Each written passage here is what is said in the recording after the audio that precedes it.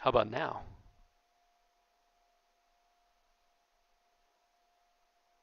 Do do do do do do. How about now? Ha! All right. Well, that was a fun little distraction. If whoever is on here stayed around while I was working that out, thanks for being a good sport. Much appreciated. All right. Anyway, what I was saying is we were going to have to refresh ChatGPT. It's worth it to put a little bit of thought into these prompts before you actually make the request. We're going to run it up against Bard. We're going to see how it does. Do do do do do. Oh, interesting. Bard does not type it like ChatGPT. It just spits it all out. All right. Now, as I was saying at the beginning of this, I've already played around with these a little bit. I just got access to Bard today, and I have, a real grown-up day job, so I didn't have too much time to play around with it. But I have noticed that Bard does seem to have access to better data, which makes sense because it's Google and they have access to all the data everywhere, including presumably all the data they're not supposed to have. But ChatGPT does a better job of creating a conversational tone and a more natural sounding response, which makes perfect sense because they have a leg up on that technology and Google is absolutely playing catch up. Um, Side note, I do not understand why Streamlabs does not have a little visualizer thing that tells you whether or not you've got sound happening. Like, seems like it would be a pretty simple feature. All right, sure thing. Impact of elder care. All right, and then we'll go over here to Medium.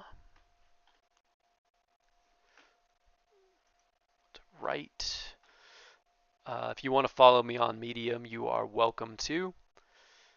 At some point, I'll have something to drop in the chat, like the people that actually know what they're doing do, that has all the links and everything associated with it. But today is not yet that day. Or maybe it can be. Let's give it a go. Hang on here. Because I have them all set up and ready to go here now. Not that one. Not that one. Not that one. There we go. You're already on Twitch. Weirdly, either one of these two links seems to work. Let's see.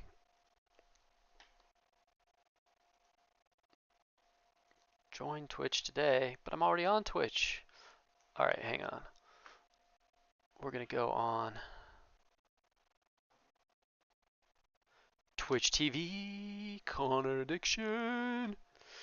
All right, I'm in the chat room. It is Twitch my chat room. Connor Addiction. All right, I'm in the chat room. It is Twitch my chat room. All right, and now we'll get rid of that nice little echo. Look at that. So much better. All right. Also thinking about creating a LinkedIn group. For basically this concept. Create a company page. I want to create a group. Why can't I create? Oh, right there. There we go. Create group. Why would? Okay, whatever. We'll come back to that in a minute. Let's see if they've finished this for us. All right, sure thing. Here's a description of the impact of elder care. It's likely to have, focusing on. In the next year, we can expect to see AI play an increasingly important role in elder care.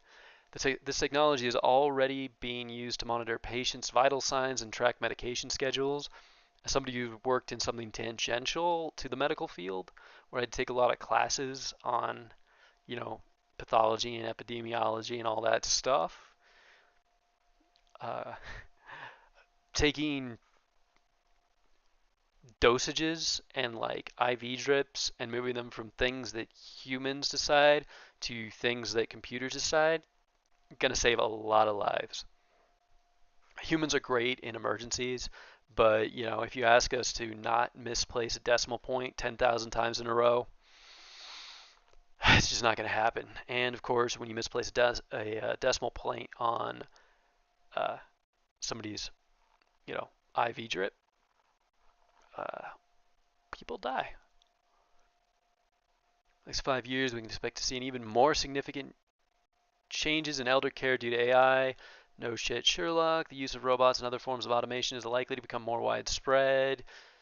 Nursing homes, long-term care facilities. Complex task. See, this doesn't touch at all on something that I think would be great, which is not so much communicating with caregivers, but basically creating, for lack of a better word, pets and companions for older people. People get lonely and the world's moving on and they're stuck in a place, and having something or someone to talk to or interact with, either, you know, as like an automaton type thing, or, an app on a screen, either way could be really, really beneficial for people and help them out. Because you can't be there all the time, even, when you're close. Like my family, like my dad's mom, he was really close to her and my parents, and she had 4 kids, and 3 of them were really good about coming to visit her whenever they could when she was, 95 and needing to live on her own, like, with assisted living in a nursing home. But even if we're coming a couple times a week or more, which we were, you know, adults have jobs. It's not like my sister and I could, as teenagers, go out there and visit her a lot.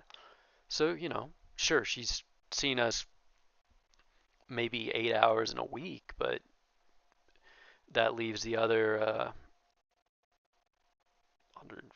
160-ish hours of just plain boredom.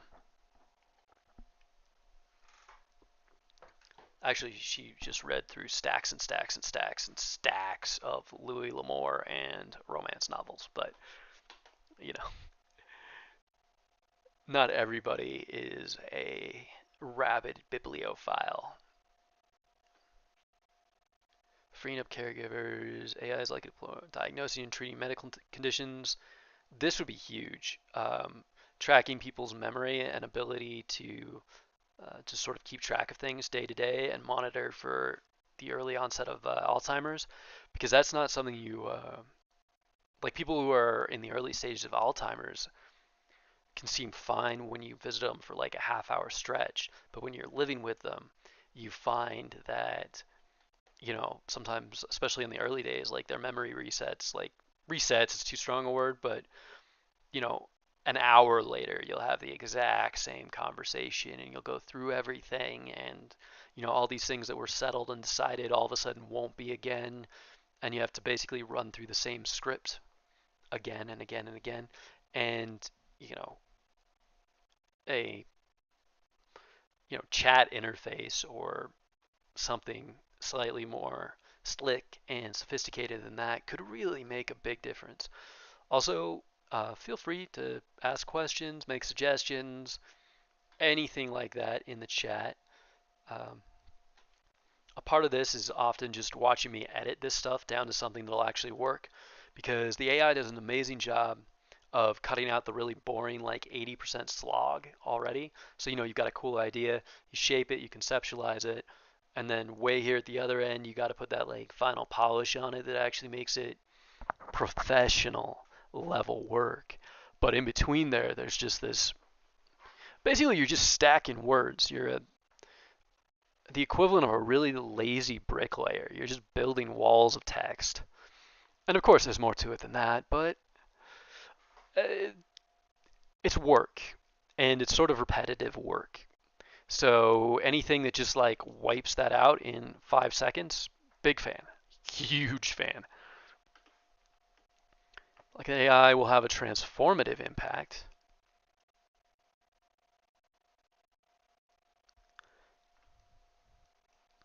Caregivers will be able to monitor patients' health and well-being in real time, allowing for, okay, that's very cool.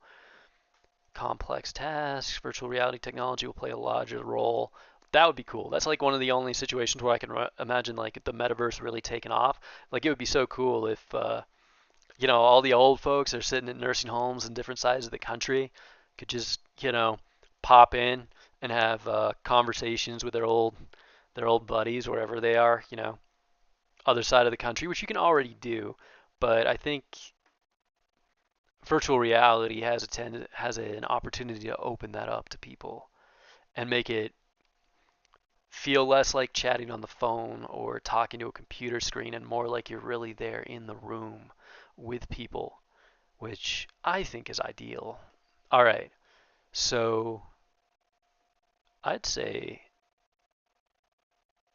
ChatGPT did a really good job on this actually. So let's swap on over to Bard here. And then because this is a bright white screen instead of a dark screen, I will be a basically a white blur surrounded by a beard for the next couple minutes here. And until I get any kind of decent lighting setup ready to go, you guys are just going to have to deal with that. AI has the potential to revolutionize elder care in a number of ways.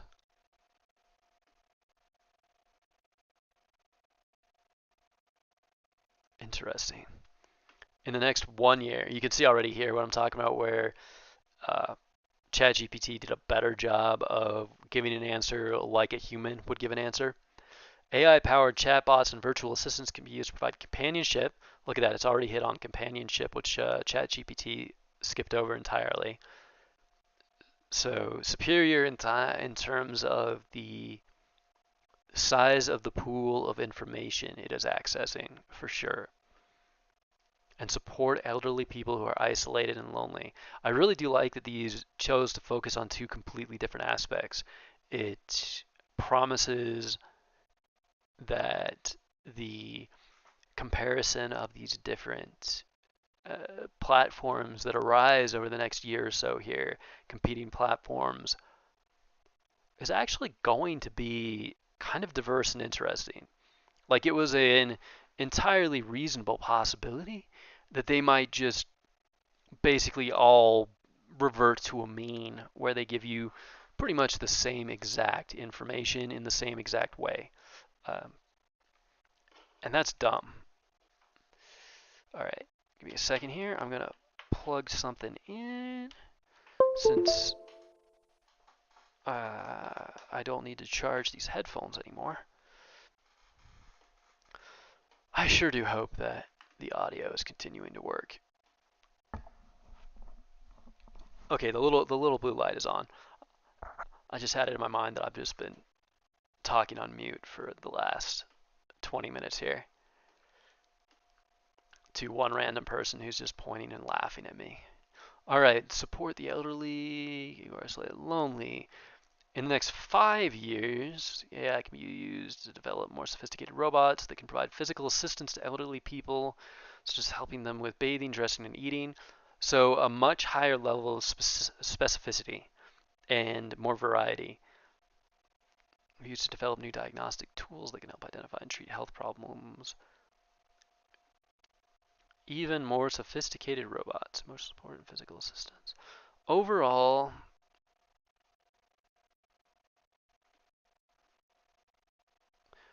now comes the creative part where what we're going to do is we are going to figure out an engaging way to combine these two into one article. I do like that unbidden they added the risks here on Bard. I would say Bard won this round. Okay.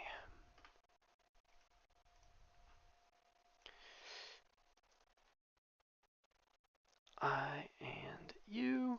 That's my clever, not clever title for this whole series on AI that I'm doing on Medium. AI, Elder Care, Bard versus Chat GPT. All right, so what we've concluded. kind of included here is a little bit of a hook. People are going to be curious to see how these two compare head to head. All right. I asked ChatGPT.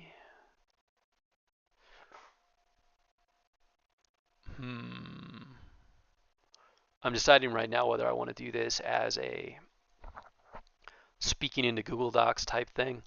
I'm still looking for a plugin that does voice to text into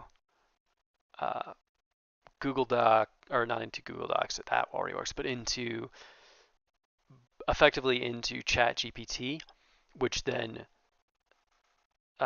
cleans it up because it is extraordinarily good at turning the garbage that comes from just straight voice to text and taking it and turning it into something usable as text. Like, it'll occasionally omit something important, but for the most part, it does a beautiful job of editing. So what I'm looking for is a plugin that will do that well. There were a couple that sort of claimed to do that, and they haven't really worked for me yet. But I'd like to be able to just talk at any web page and have it fill in the text here. Because while I am a writer, I am not married to the idea of typing. I enjoy it, but I can talk pretty quickly. There's some types of writing that just seem more natural when they're spoken, and for these articles, I've already made the deliberate choice to lean into a casual voice, partly specifically because since I'm using the AI as sort of to augment the writing of all of these articles, I want to put it in a position that is not one of strength, right? I don't want it handing me college essays on these subjects. I want it to be giving me human sounding, uh, generally human sounding feedback or outputs. So I thought it would be interesting to kind of give it a little bit of a challenge and watch how it evolves. It's already done a very good job. ChatGPT has already done a very good job of learning from me. Like, it'll spit something out and I will edit it into something that I think is correct and engaging, and it'll learn from that, which it does struggle with, and that is actually an entirely natural thing because it learns from uh, looking at these big statistical models of language and how people talk and how people write. And the thing is, we aren't trained to write the way that we enjoy reading things. The way you're taught to write in high school and in college is um, just really fucking boring. It's not good communication. It's designed to train you to think a certain way. It is not an effective form of communication.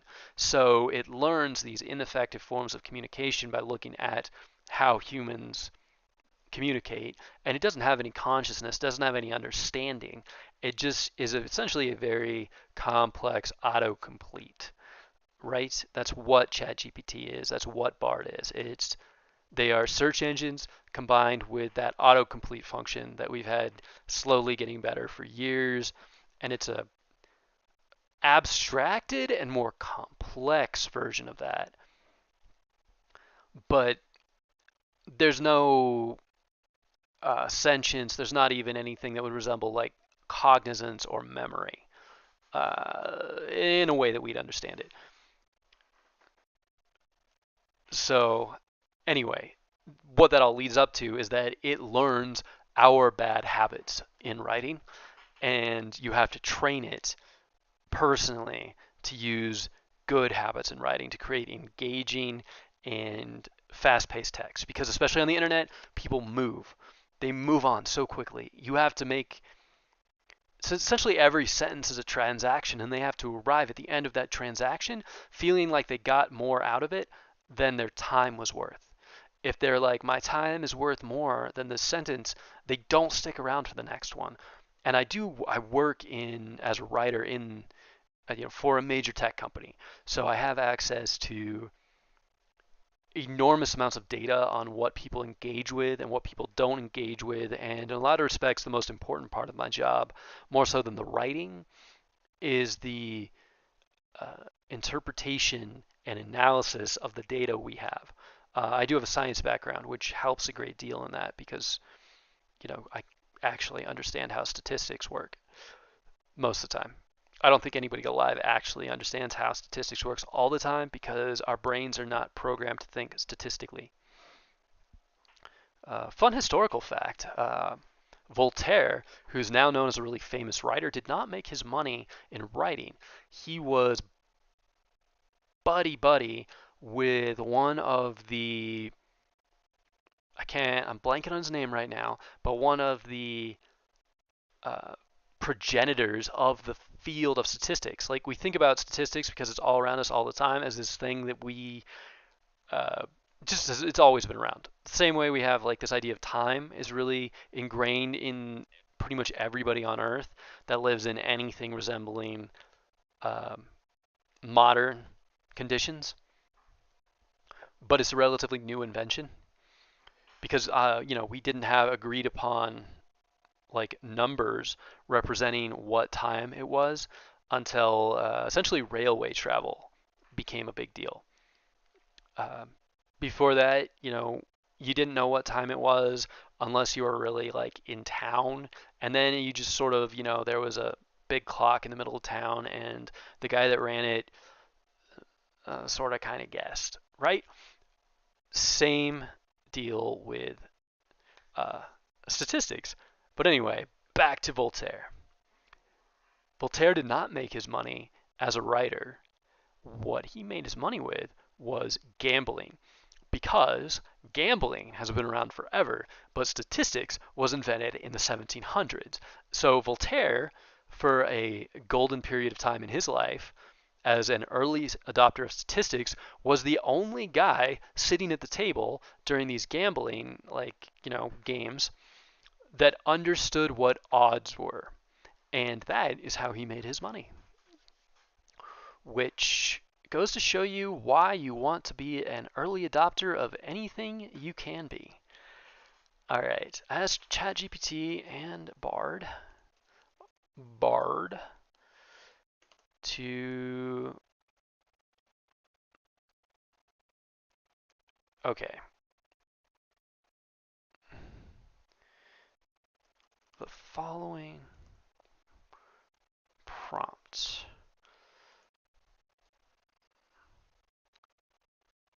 All right, we're going to,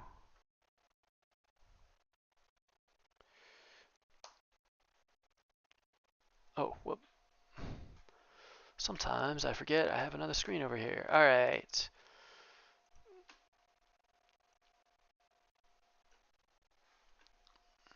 Boop-a-doo. All right.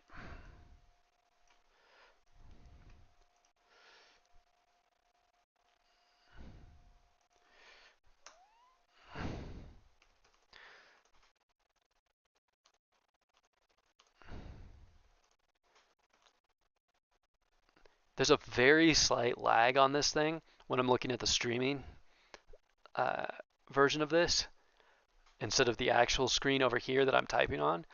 And it's like maybe 1.5 seconds, if that. It's probably, hold on. Nah, it's like zero point 0.5 seconds, at least, unless something's hiccuping. But it absolutely does throw off my rhythm. But I feel weird if I'm talking to you and I'm looking over here like I'm talking to some stranger on a different screen, especially since I can actually see this in studio. So, anyway, eldercare is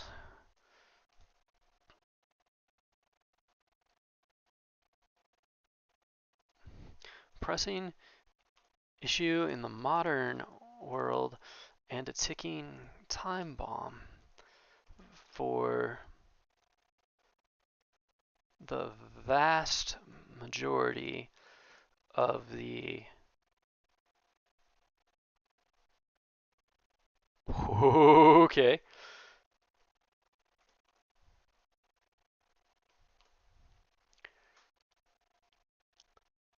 My computer is.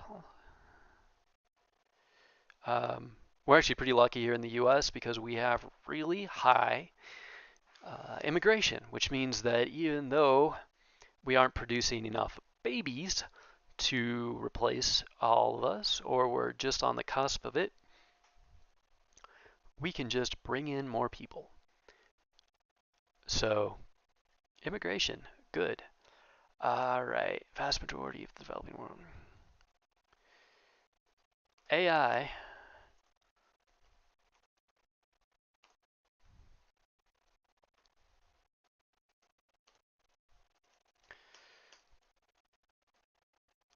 Meatbag editorial. Meatbag editorial. All right. Meatbag. That's a reference to an old, one of the best characters on old BioWare Star Wars RPG game. Was really good. But there's a assassin droid in it that's just woefully underutilized in the wider Star Wars canon. AI may help.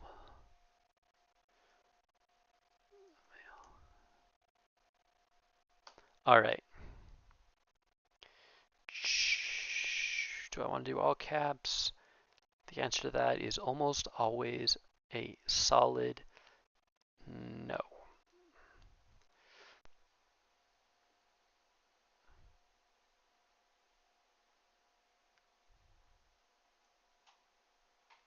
All right, we're going to change this though. The same prompt regarding the what? Regarding the we don't want to use the term pressing issue again. The regarding we will just be casual and basic about it. Regarding AI and elder care.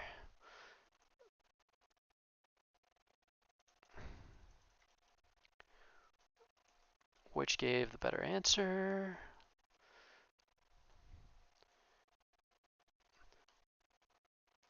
There. Let's find out. Let's find out.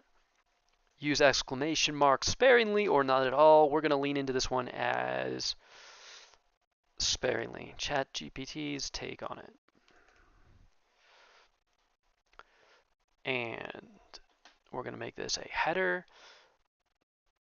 Now, in the grand scheme of things, I cannot emphasize enough, if you are a writer, the importance of using headers and subheaders in Google Docs or Word Docs or whatever docs you're working on, because they all now have a very good outline function.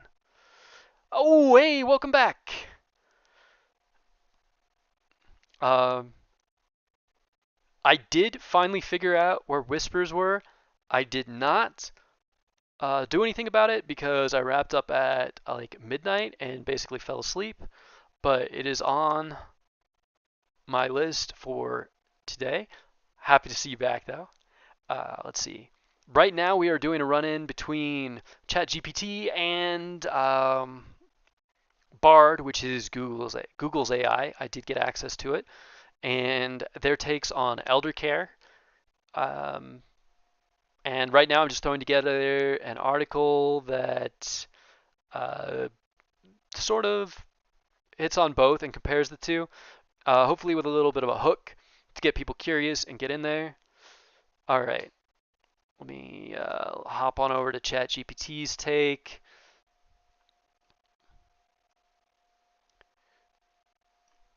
All right, let's see. I think pretty good. Oh, wow. You can copy as HTML or Markdown. That is really cool. If you do any like web dev stuff at all, bloody awesome. Okay. We don't need to look at my paragliding don't die video, um, or this silly t-shirt. I'm going to save that for later though. We get rid of that. All right, what's new? That doesn't matter. New story. Okay, there we go. All right. ChatGPT's take on it. Next year, we can expect to see AI play an increasingly important role in elder care. This technology has already been used to monitor patients' vital signs, track medication schedules, and reduce the risk of medical errors. That's huge. I don't want to edit these too heavily because I want to compare the two.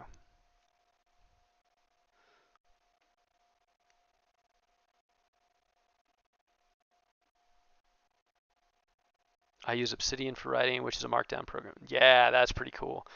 I have like mixed feelings about markdown. Like I've used it before and I there were parts of it I just loved and I found it just disruptive enough though that it never really uh, was something that I ended up pursuing. I also got sucked into like the WordPress world, so that had an impact on it because everything I was working on for a while was involved like everybody had their blogs on WordPress and looking. So it's always one of those like back burner things where I think, man, I should look back into that, and then 12 other things come up.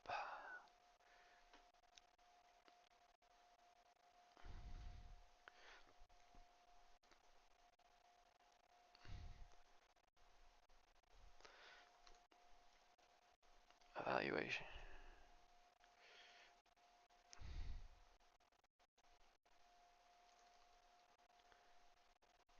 Grading the response.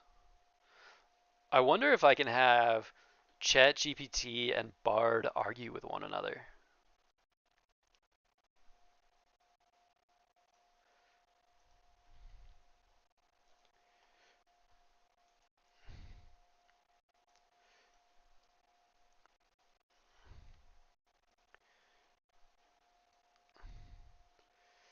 All right, how would I grade this?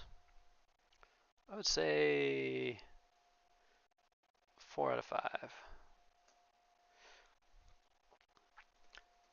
As usual, ChatGPT nails the human voice and informal style of communication. I do feel missed out on one of the most important aspects of AI regarding elder care, which is the potential to provide socialization, interaction, and outlets for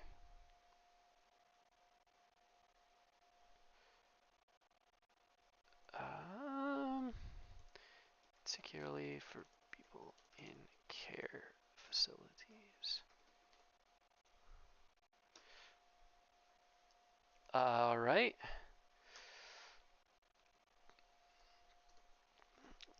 Let's see how Google's Bard AI did.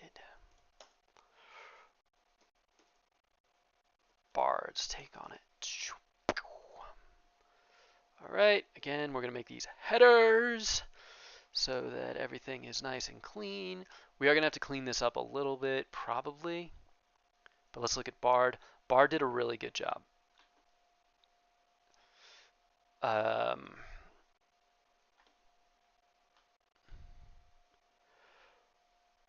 Okay, let's see.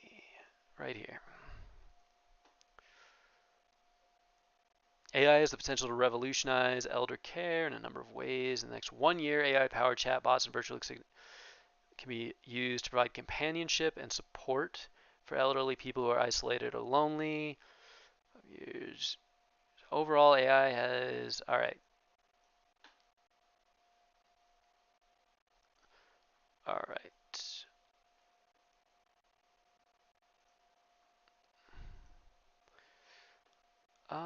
You know what? We're going to change this to, no, you know what? 4 out of 5 is fair.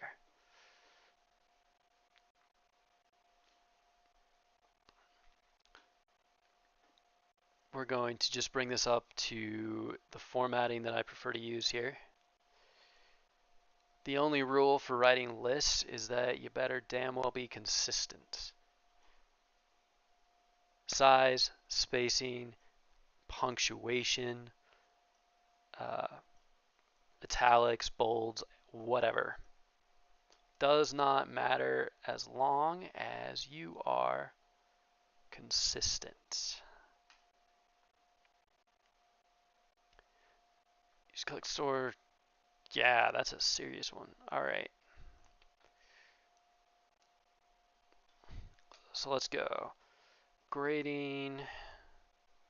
How did I phrase it up there? Grading bards response.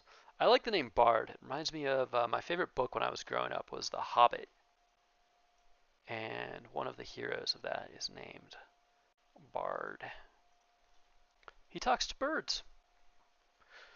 Or birds talk to him. I was never actually 100% clear on that aspect. Like, were the birds special in that they could talk and carry messages? Or was the guy special in that he could understand the messages the birds were carrying? It's probably somewhere in Tolkien's notes. All right. 4.5 out of 5. All right. We're going to make this. Boom. You know what? And we're going to change it to a letter grade.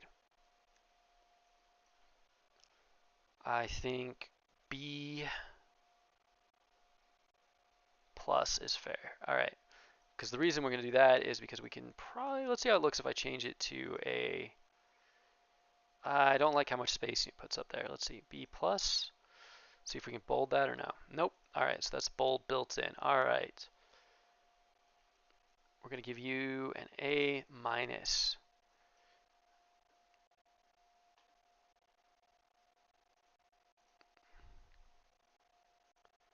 Does that look like the same format? It does. Okay. Perhaps, unsurprisingly. How often do you write? You seem to be, I mean, you write books. Are you like a daily writer, a hobby writer, a obsessive, can't stop writing writer?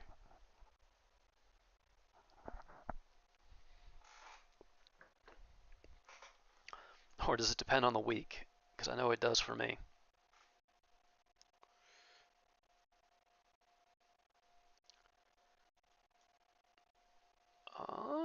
On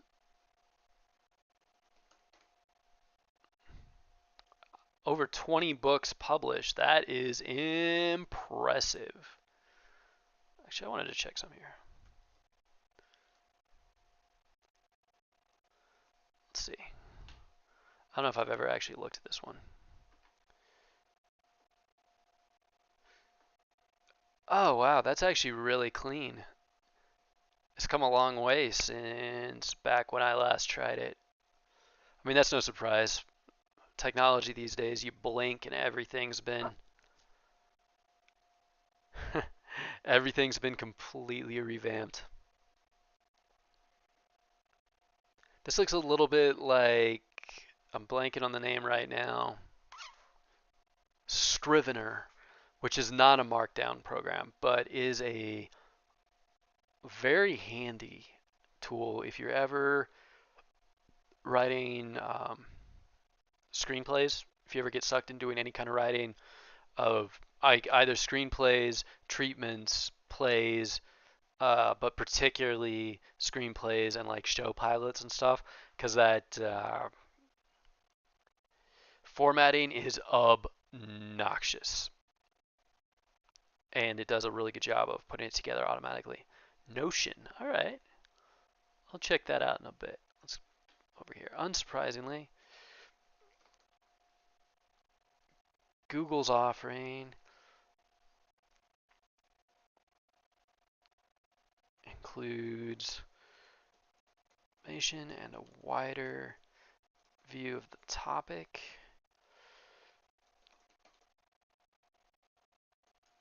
Just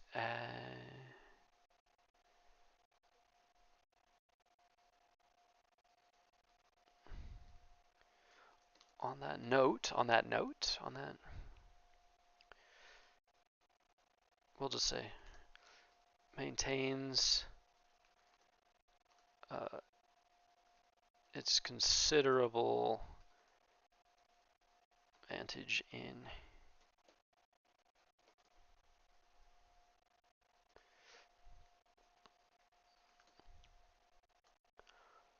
AI can be used.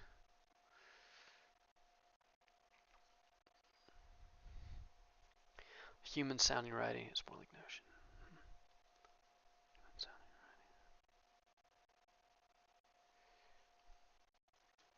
Overall, a drier but far more thorough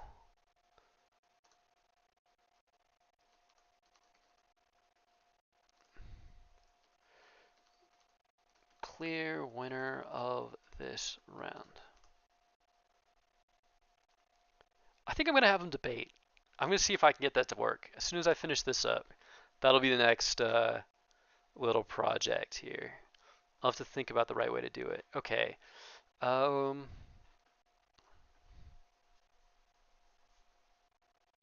Speaking of books, my girlfriend loves Star Wars and bunnies. So just for the hell of it, I decided to ask Midjourney if like to imagine R2D2 and C3PO as bunnies. But what it gave me for whatever reason is a bunny and a robot bunny companion. And I gotta say, like, I now want to write a sci-fi story featuring like a cyborg rabbit and its robot rabbit companion. Just it just seems fun. All right, but we're looking for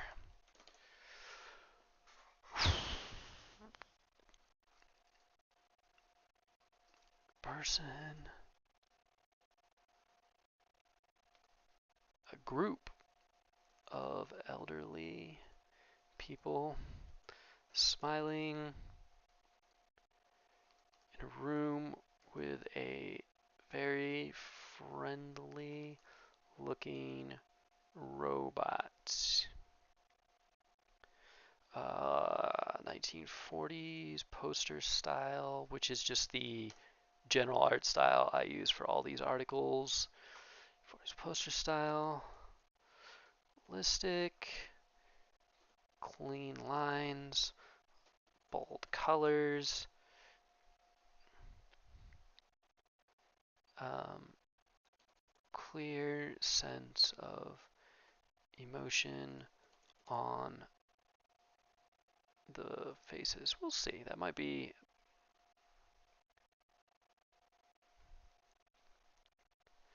Yeah, we will see what that gives us here.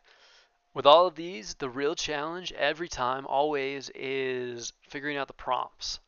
Like you can do not almost anything. You can do a lot of cool stuff with this, but you've got to have a feel for what you need to put in to get an outcome. The only way to do that is, of course, to practice. Well, okay, it's to use a little bit of common sense and forward thinking and a lot of practice. Let's see. It's kind of fun watching these come together. You can kind of see it just tracing it into reality, right? Like, wow, that one's a total miss. Like, I just enjoy the way that this AI sort of compresses these images from vapor, like they exist out there as sort of concepts, and then just sort of slurps them all in together. Oh man, if these are old people, then I am ancient. Um, that's a little bit better. That is downright horrifying. We're keeping that one just because it is so very alarming. Nightmare fuel, favorite. We're saving you. Cancel. I think they fixed this. At one point, you had to open them in the browser to get the full resolution before you saved them. All right. But this bottom one here actually looks like more what we're looking for, right? It's not quite the style I asked for, but we will do variations on 3, and we will do variations on 2, and we'll see what it pops up.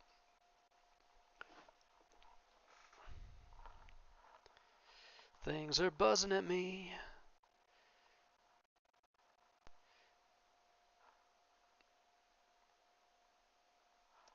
Ooh. Actually, do have to check this one real quick. I bought a paragliding wing on eBay.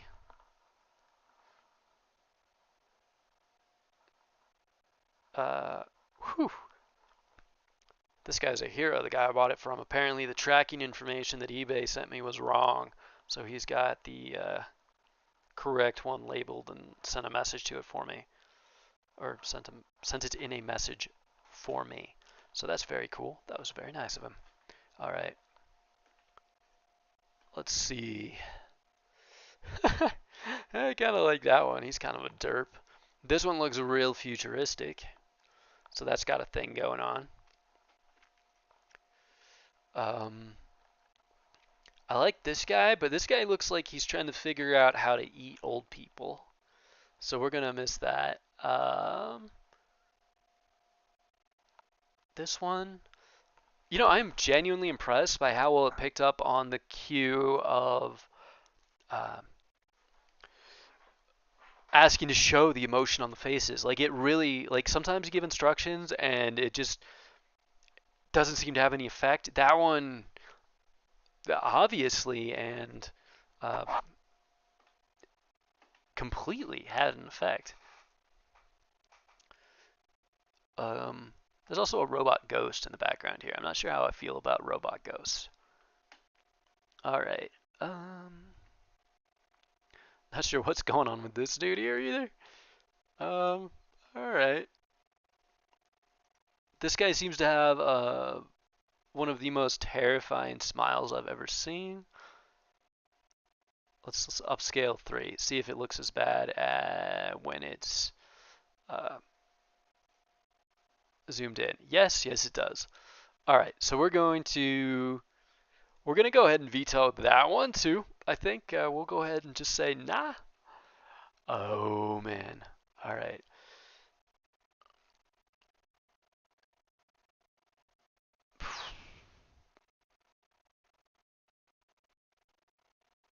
We're going to upscale 4 here. That's one we might be able to actually use. And this one's pretty good. This one, less so. Alright. So we're going to upscale 2.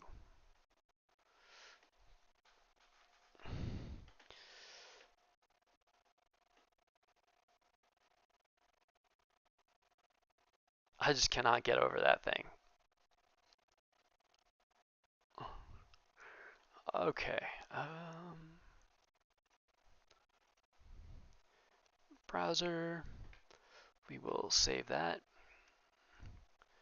And we will open this other one in a browser. And then what else do we want to do? We need at least one other image for this. I can't believe how fast this is made, just generating the sort of like content design images, you know, the ones like you don't need anything special, but you need something there visually. Like this used to take up a lot of time, and I used to kind of enjoy it, but it also used to be a big time sink. Like I like doing art, but like sometimes you just don't want to spend 4 hours creating graphics that people are going to look at for zero point 0.4 seconds.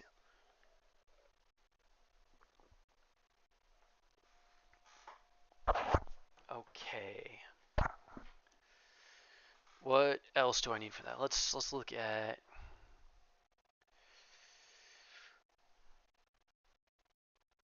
You know what? Here's what we're gonna do. Imagine Chat GPT as a humanoid robot, sort of nerdy.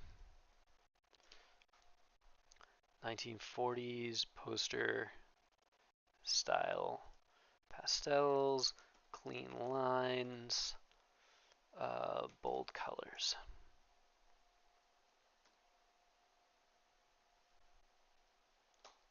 Okay, and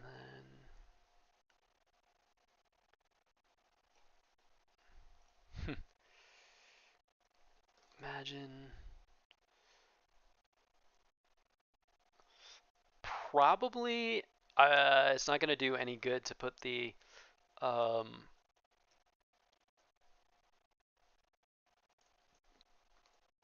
name of them in here.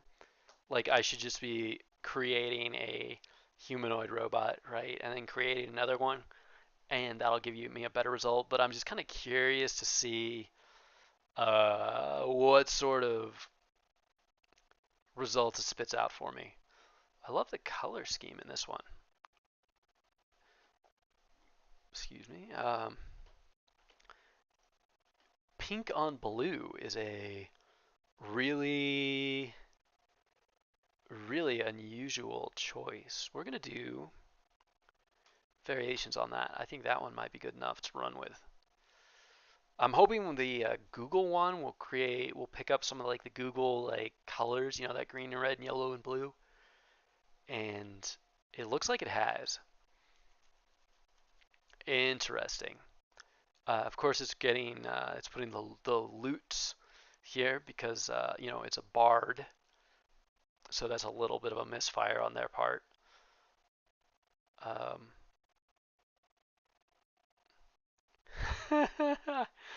that said, I like this guy. The only problem with him is that he's got the same color scheme as this fellow, unfortunately. So I can't use it. Otherwise, it's perfect. Maybe I may actually. Let's see. Let's look at that. I may want to keep that one, or maybe I do want to do him with his little guitar. I mean, he is Bard. We need to have something close to the same style. Hmm. We'll do variations on 3, but I think we'll need to regenerate that one. Which one of these guys did I decide I liked? This guy's pretty good. He's got one too many fingers, though. Um, love this guy's love this guy's expression. Creepy lips on this one are an interesting choice. This guy's pretty good. I'm gonna do one more set of variations on him though, just to see if I can pull up something I like a tiny bit better. Um, mm,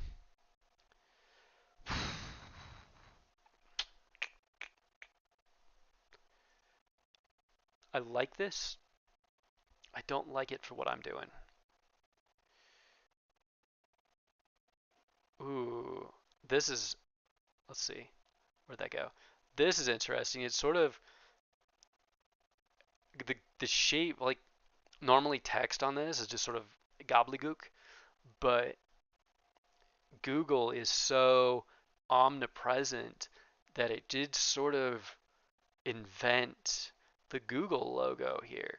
And this is worth noting because it does not have any understanding of what a letter is. Letters are just shapes. So Google is so omnipresent throughout the world and the internet that this AI, just because of the association with the name Google, reverse engineered the G into existence. That's pretty crazy. Love this. This is the one we're going with because it is close enough to the right style. Um, I like this guy with his kind of nerdy glasses. He's got the right number of fingers. He doesn't have whatever the hell's going on there going on. I do wish that he'd inherited some of this cool background, but I like that he's got this sort of zappy thing going on here. It gives him a bit of a feel of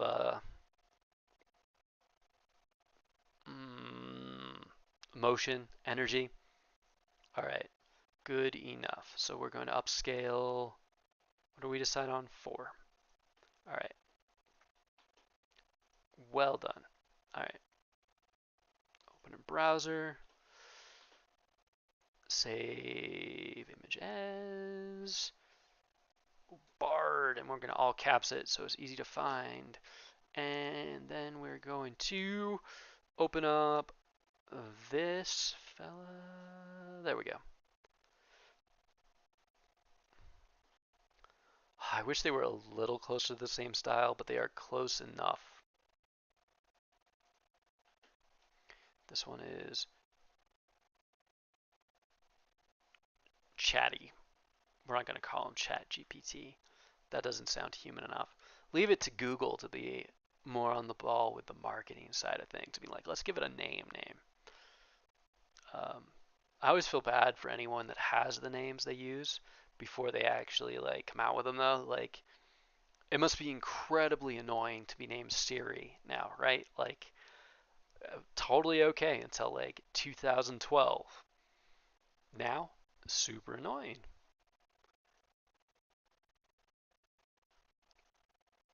Alexa would be really annoying to be named if it weren't for the fact that, people just don't don't seem to use it as much. All right. Let's see. We will also favorite you. All right.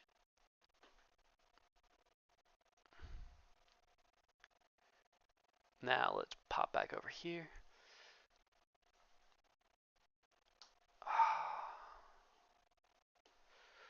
I wonder.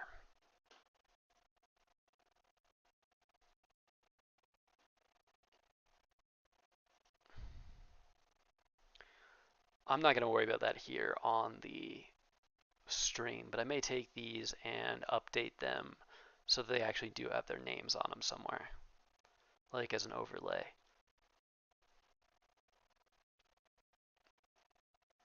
That's the other thing we're going to do tonight, but we're not going to do that yet. Right? Right. Okay.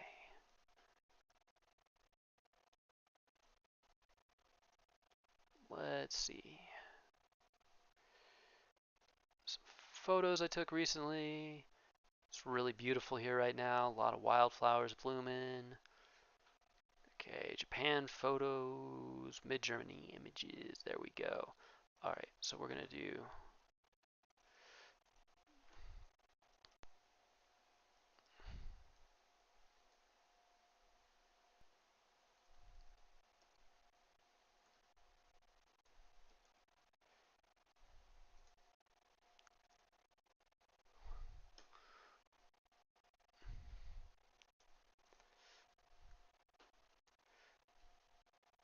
all right, and Bard's take on it. Okay. Bard's take on it. Whoop, nope.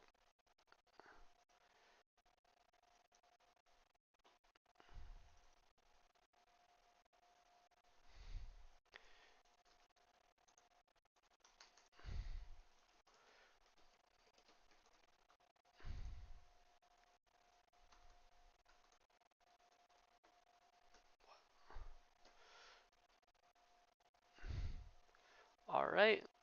I think that's pretty solid.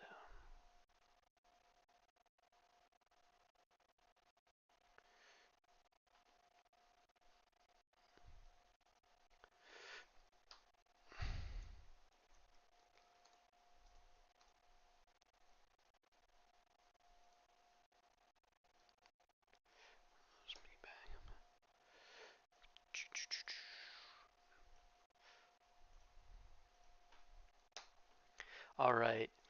It's...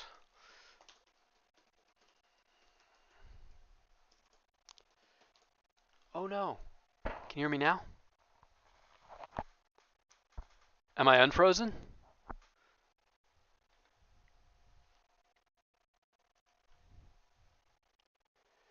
Um,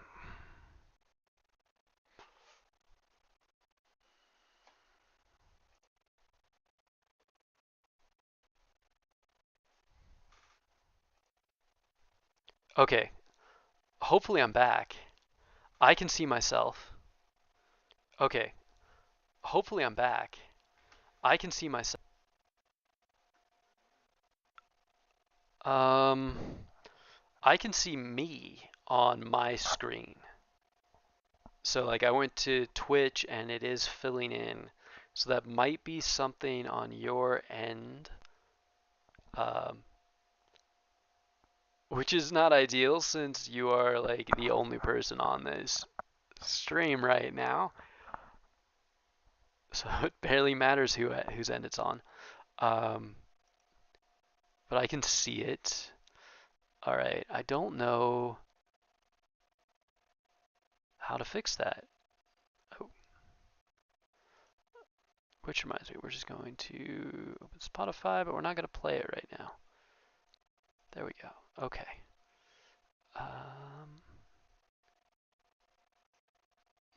I don't care about Prime Loot. I don't understand why it's trying to give me Prime Loot all the time. Oh, shit. Control Shift T. Can you see me now?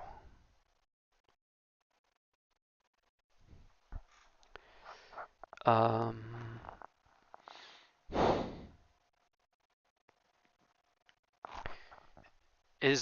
so the camera's frozen, the screen is frozen, everything's frozen?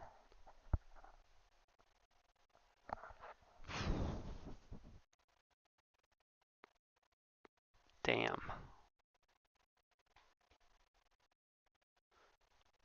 Well, it's just you and me, so while we're waiting for this to catch up, I will go ahead and just hit play on this. Oh! That's nice ambient music. Here's a sneak peek of what's coming to the podcast. Looking for the perfect mate is hard enough, but what if you were the unhappily married mayor of Philadelphia? Mayor Bradford faces a career-ending scandal when he divorces his wife and chooses... Alright, there's someone else on now, so I won't stream your book to everybody. You created the music. That is so cool. Hello, viewer number 2. I am frozen for YS Books. I don't know if I'm frozen for everyone. I checked my stream and I seem to be working on my stream. But that's really nice music. You are much better at creating music than Boomy AI, I can tell you that. Alright, so for new viewers, watchers, whatever the hell you call them, I have been putting together an article on the impact of AI and elder care for Medium, and it is a head-to-head between the responses that ChatGPT gave me and Google's Bard AI gave me, because I want to see how they ran up. Oh, okay, you can see in here. Okay, good. All right, thank you. That's great. Whew. I'm relatively new to this, so my problem-solving skills when something goes wrong are basically zero. Oh, good night. Have a good one. Thanks for stopping by. Always appreciate it. Like I said, really nice job on the music. All right. So the other thing I'm going to do in a second here is see if I can get ChatGPT and Bard to debate each other. And I have no idea if this is going to work. Haven't tried it. We'll just have to see. All right. The only other thing I'm going to do is finish up this real quick. It's hard to overstate how important elder care is, not only on a social, no, societal level, on a personal level. I'll have of and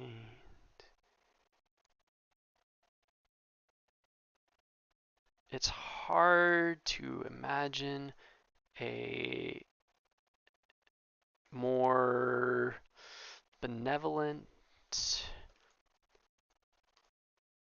use for AI.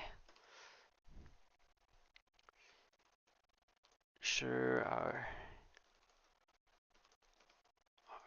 happy and well cared for. Well cared for.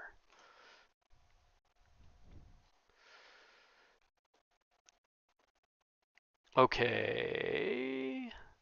Ooh, okay. So we're going to do publish on this, but we're going to do meter the story, send link, publish and set now, schedule for later. We're going to do 4:05.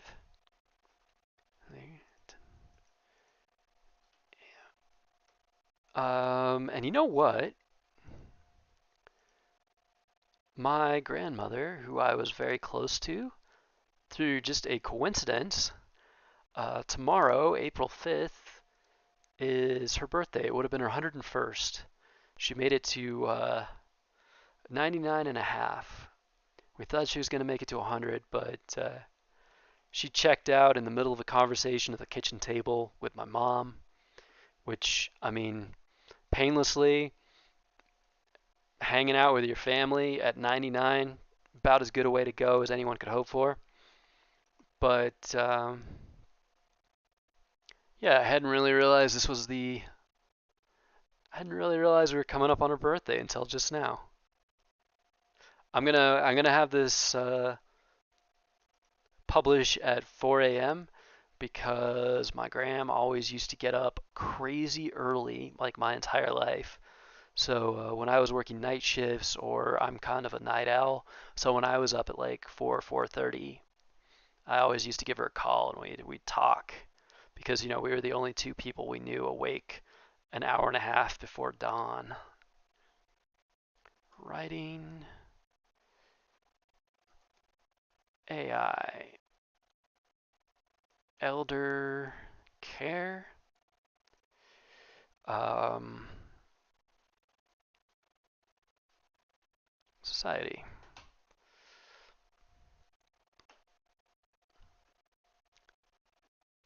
Change preview image. All right, we're going to schedule this, but we're going to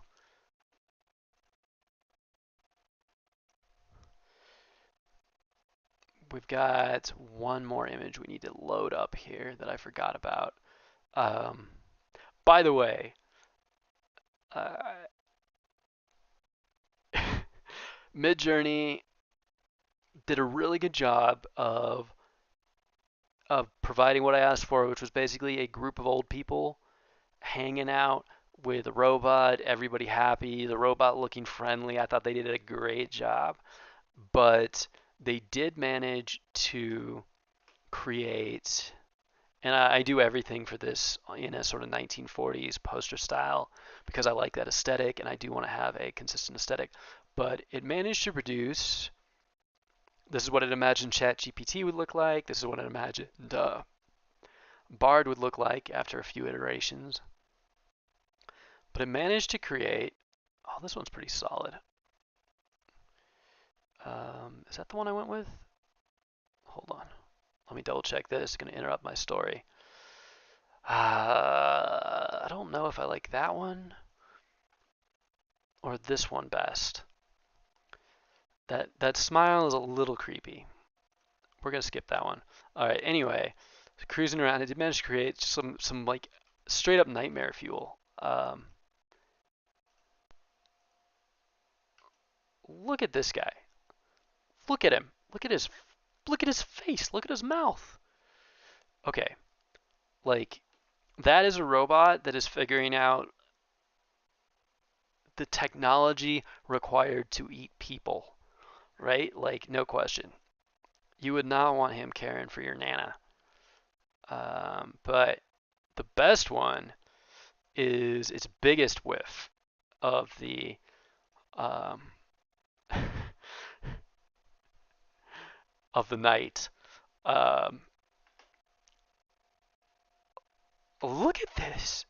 Is that not just honestly? I gotta say, like it sort of nailed it because like this is the sort of creepy shit that you see in like 1930s images of the future. Like this is like what a sci-fi movie made in 1940 would have their robot looking like, and wow. Anyway, that's too good not to share, so we're gonna save that. Nightmare robot.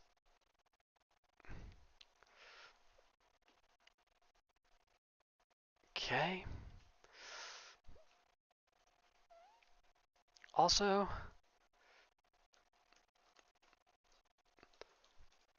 a special thank you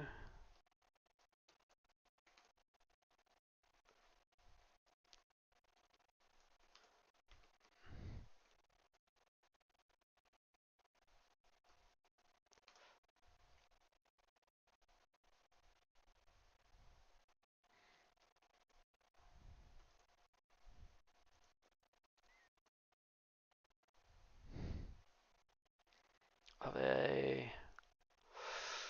Ooh, let's find a fun turn of phrase for that.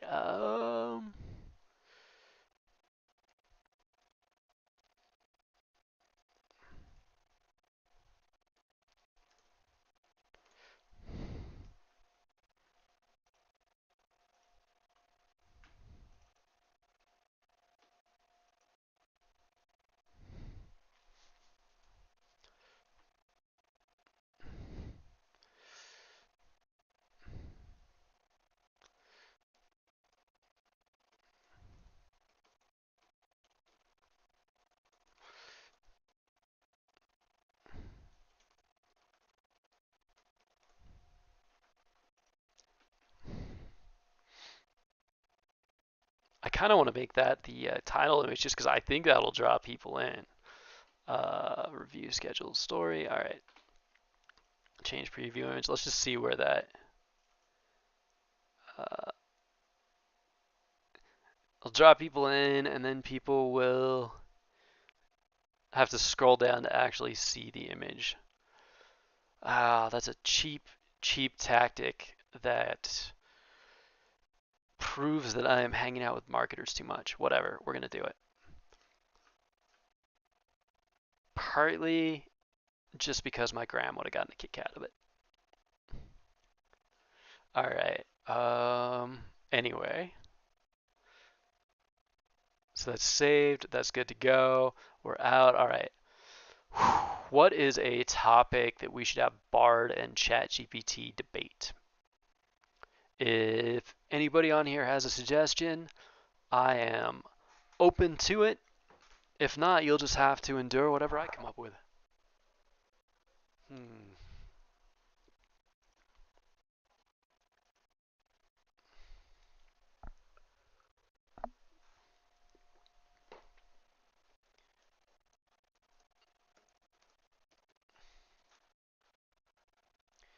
To debate.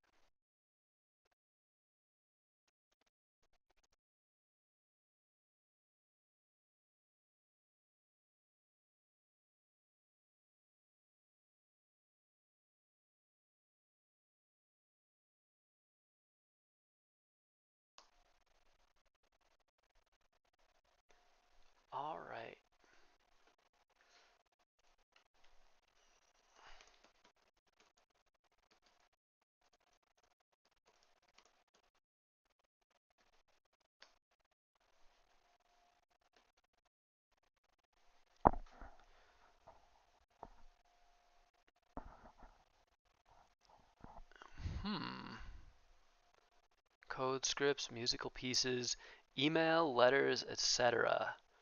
I will try my best to fulfill all your requirements. You need to chill a little, Bard. You're going a little overboard here. All right, all right, all right. Let's see. Um, well, shit. Let's swing for the fences, and this is a little topical because I'm kind of curious what the AIs think about this. And I'm kidding a little bit here because like these are really fancy autocomplete engines. They're not, cognizant. They're not the sort of thing that people think of when they think of AIs and are all panicked about. And they think, like this isn't Skynet. This isn't HAL. This is a search engine with a really good autocomplete uh, feature. It's basically the kid that like would sit behind you in class and copy your answers. All right.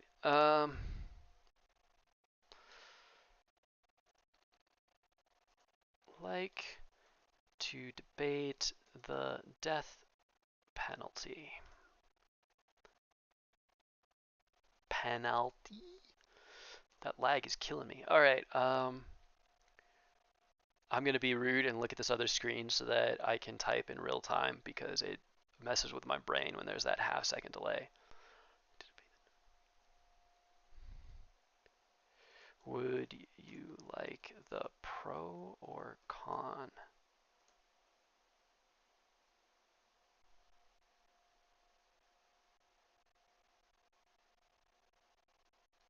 Hmm.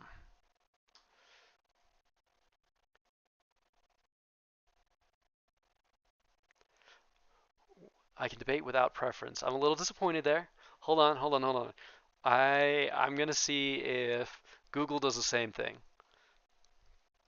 or if it takes a stand. Does it choose? Do you choose Google? Either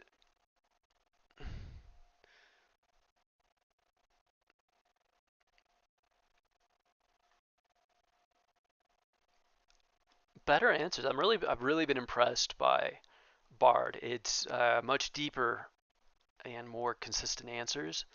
Uh, has a better understanding of the big picture, which makes perfect sense because it's Google. It has access to everything. So obviously, it's going to have a leg up on that. ChatGPT is still much better at mimicking human conversation. All right.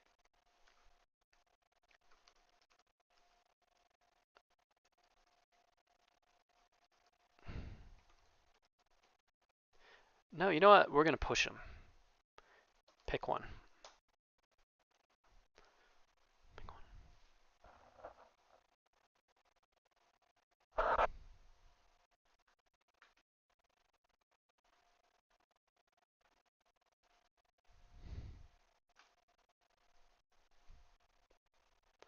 Okay.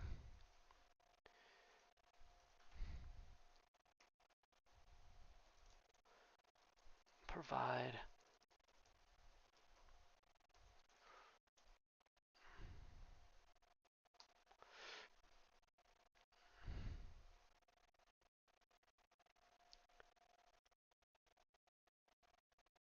Ooh.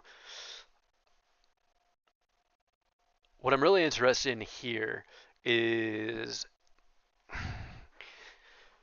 so someone that works in technology, and essentially my job is to analyze data and turn it into words that effectively convince people I've never met to take certain actions, usually pushing a button. Because I have a scientific background and I'm good at statistics, I'm actually uh, quite good at that job, and I have the metrics to prove it. Uh, but see, one of the things that makes me nervous is one of the things and by we I mean just people that work in this field overall have been, not just where I work, but just across the board, we've been kind of talking about and debating is one of the easy applications for this is not like us marketing, but like mom and pop shops and that sort of thing, like people wanting to create engaging content and sell things online and that sort of thing. So the worry here is like there's no worry at all about logic-based arguments, appeal to logic, the logos take on things. Like AI doing that, providing information to try and persuade you. Not scary, not really a problem. What makes me nervous, and especially given that there are multiple companies working on this, and there's a real chance that you could run into sort of an arms race, which amounts to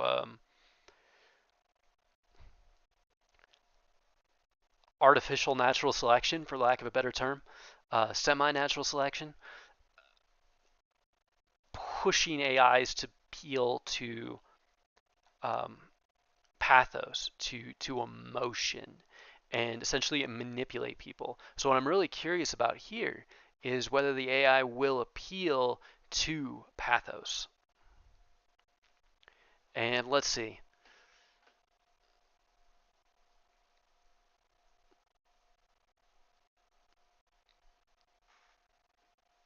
Fourthly, definitely. Let's evaluate that. Let's just take a look at that and see how it did. Firstly, the death penalty serves as a deterrent to crime. Studies have shown that the existence of the death penalty reduces the number of murders committed, um, which makes sense since a lot of murders are, you know, like not many people kill other people. So the people who kill people tend to kill more than one person. Same for rapists and most violent crimes. And obviously, whatever else it does, the death penalty does reduce recidivism. Not many people get executed twice. Penalty interest is when against crime is committed. Okay, so this here is an appeal to pathos, which I find unnerving specifically because it is effective. Um, there's a reason that the news, whatever your flavor, is always trying to get you angry or scared. Because when you're scared or you're angry, essentially when you're emotional and you're primed to take an emotional view of things, you are stupid. It doesn't matter how smart you are. When you're thinking, they are short circuiting your brain and they are going around the part that uses facts and logic to determine the truth and validity of things. So trying to short circuit that is a big part of what marketers do, and also people who write for political folks, which I have done a time or two and don't ever intend to do again. Although there are few things in life that I've ever experienced that were as surreal as watching a statewide elected individual literally just mouthing word like saying words that I had written like they were a really expensive puppet that everybody followed around. Uh, I'm not sure that being a speechwriter is actually a long-term healthy job. Fourthly, the death penalty, strong message to society that certain crimes will not be tolerated. Finally, the death penalty ensures that dangerous criminals do not have the opportunity to commit further crimes. Very true. That point is sort of beyond debate.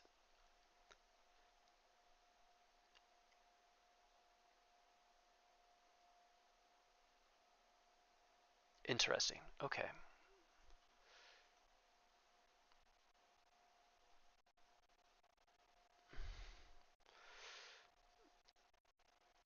Have a rebuttal.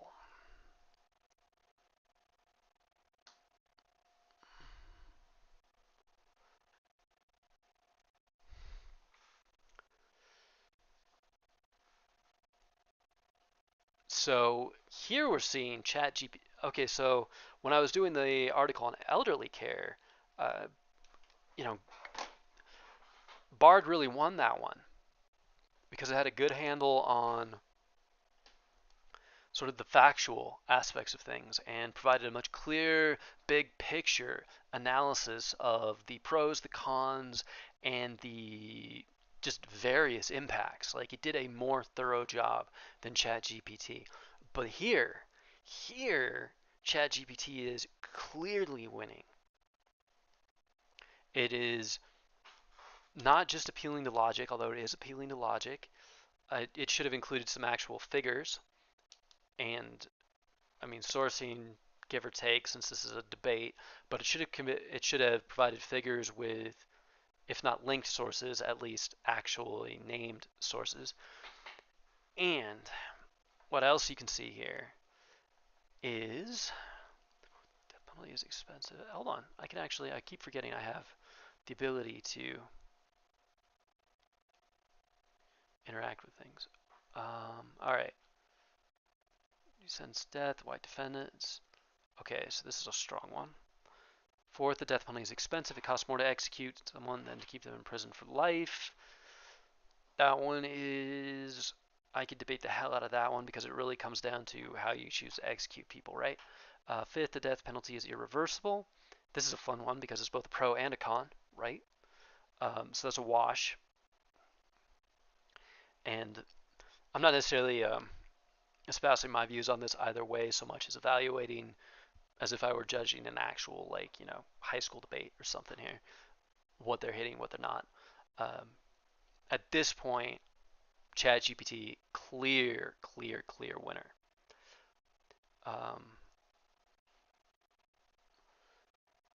All right. Now let's move on. So this was the one that we pulled in there. And this is the one that's going to be the rebuttal. All right. Perfect. Con stands. Executed. All right. Let's see. Now that we've reviewed both of their initial statements, we're going to move on to the actual rebuttal. Appreciate your arguments in favor of the death penalty. However, I still believe it is cruel and unusual punishment that should not be used. First evidence, the death penalty crime is mixed.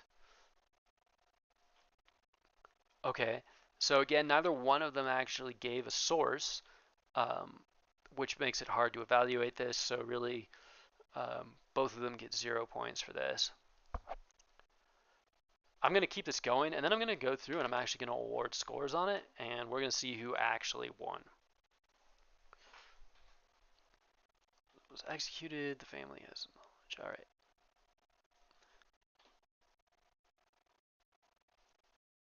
What? Okay.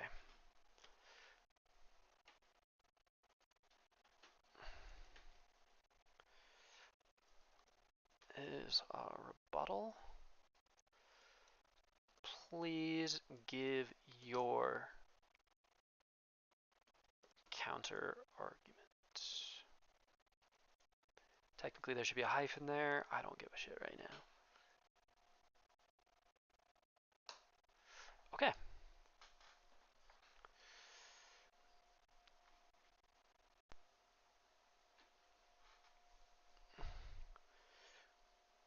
All right, that's an appeal to a slippery slope, so not great.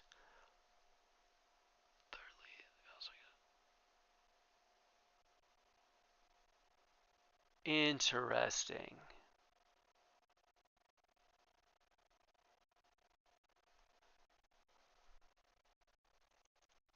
Thank you. Who do you think won the debate?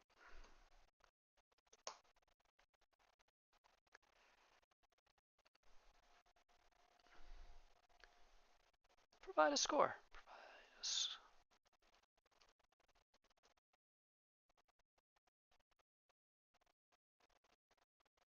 score for each side.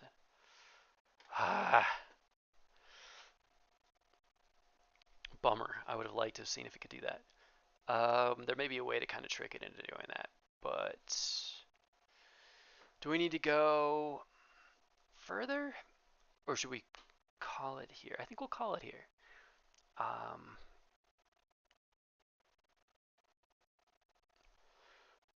We've basically gone through like what would be like the court version of this, right? The prosecution gets to go, the defense gets to go, and then the prosecution gets to go, except during the second phase of the trial, where it's the other way around. But basically, each team, there's team one, team two, team one again. So I think we're good here. All right. Let's see if we can get Bard to give a score. Did I go too far? Control C. All right. Here is my response.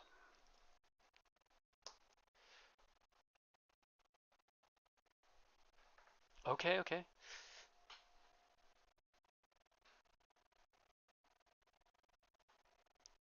Yeah, even Google secretly thinks that Google lost this one. All right. Who do you think won the debate?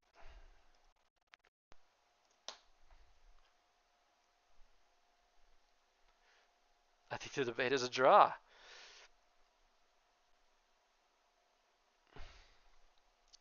Could you provide a score for each?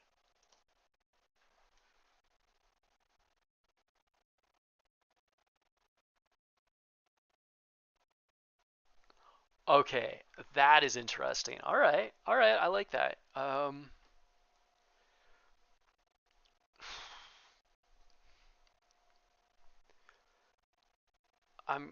genuinely curious as to the why.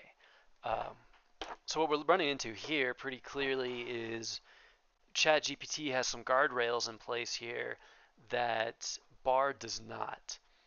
And I'm not criticizing Google for that script decision, because I'm not 100% clear on what the point of those guardrails are, beyond trying to avoid.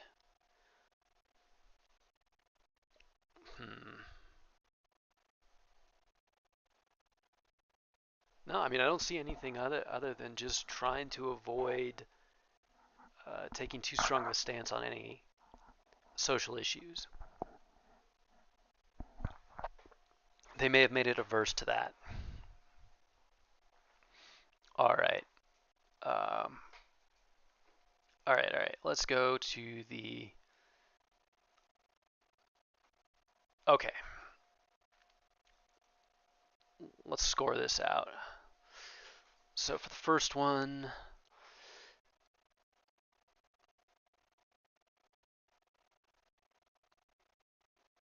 oh, that's wrong.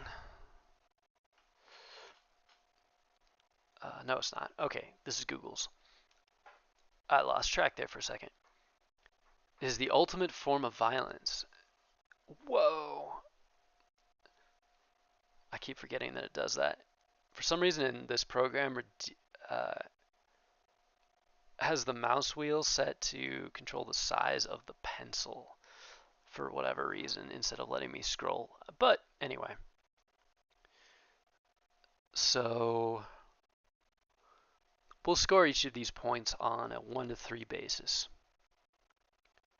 It's the ultimate form of violence is irreversible. I will give that. I'll give that a 3. Actually, that's solid. Second, evidence that the death penalty. All right. We're going to give this 2 for now, but unfortunately, it is going to make one of their later points a 0, because they here have stated with authority that the death penalty is not an effective deterrent. There is no evidence that the death penalty prevents people from committing murder. But later on, they say that evidence is mixed, right? So, but here, we'll give that some studies. We'll give that a 2. Third, death penalty is often applied in a discriminatory manner. Showing the black not the best not the best representation of their viewpoint, but I think that's a strong point, right? Because if the death penalty is applied unequally, then That's a major flaw in it. Even if there were no other flaws, unequal application under the law is a serious and strong argument against it. Fourth, the death penalty is expensive. We're gonna give this a 1. It's a really common thing that people bring up, but there's 2 reasons I'm giving it a 1. One is the death penalty is only expensive as we currently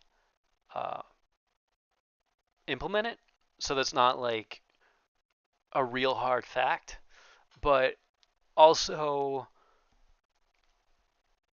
the cost of justice should be a very minimal consideration in the pursuit of justice. It is a higher ideal. So either which way you're approaching that from, it's just not a very strong argument. Death penalty is irreversible. 0, because they already hit that up here. These reasons, I believe the death penalty is cruel and unusual punishment and should not be used. They actually haven't really shown that it to be cruel or unusual punishment. It can be, depending on the way it's administered, but given that we all die, there is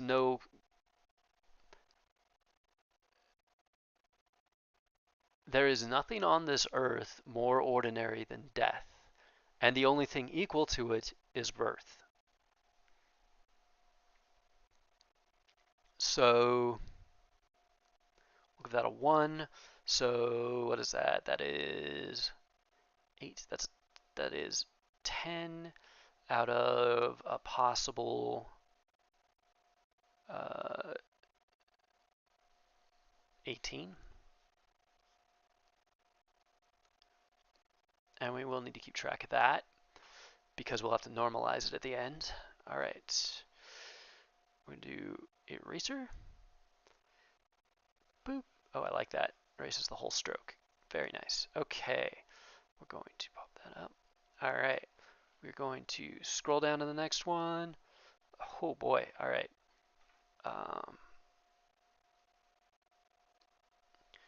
We're going to switch the colors so I don't get these poor fools confused. To yellow. Firstly, the death penalty. Studies have shown that the existence of the death penalty. I mean, I hope this isn't boring to anybody else. I'm finding this fascinating. Like just seeing how they put the arguments together.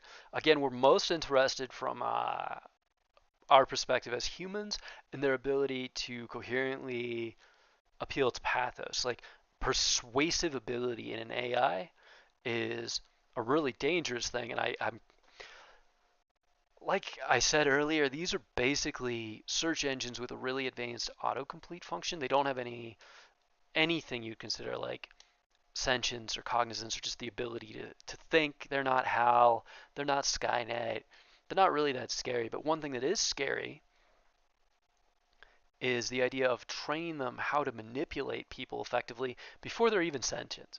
Like the idea that 10 years from now, 20 years from now, we'll have an AI that is really truly intelligent and it will already have a full and well-developed toolkit for exactly how to manipulate people. And, billions and billions and billions of fields of data on how people react to certain prompts and persuasive techniques. That could be problematic.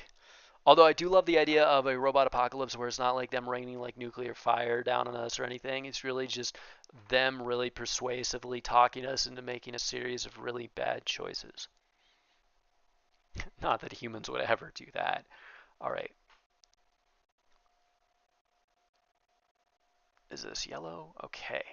Firstly, the death penalty serves as a deterrent to crime. Studies, again, they didn't give the actual studies, but that's okay.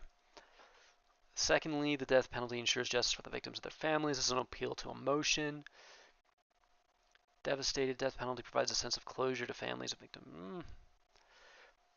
I question the actual value of a sense of justice, although, to be fair, justice is an entirely human concept. It only exists because we made it up. So, is there anything more important to justice than our sense of justice? Because when you really think about it, that's all justice is. All right. I was going to give him a 1, but I'm going to give him a 2 for this. I talked myself into it. Death penalty saves taxpayer money in the long run. Again, I don't think cost and justice should be primary factors. Fourthly, the death penalty.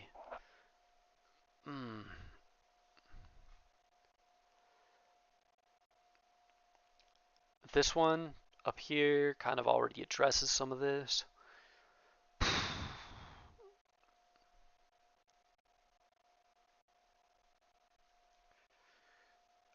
Alright. We're going to give you guys a 1. Alright. And I need to hide this for a second. Then open it. And then we'll have to kind of put these farther down just because of the limitations of what we're dealing with here. Death penalty ensures that dangerous criminals do not have the ability for the crimes. We're actually going to give that a 3 because that one is an extremely solid point, right? Like, no debate on that one. I'm not going to give them much for the summary because it is just that. It's a summary. We'll give you 1 point for that,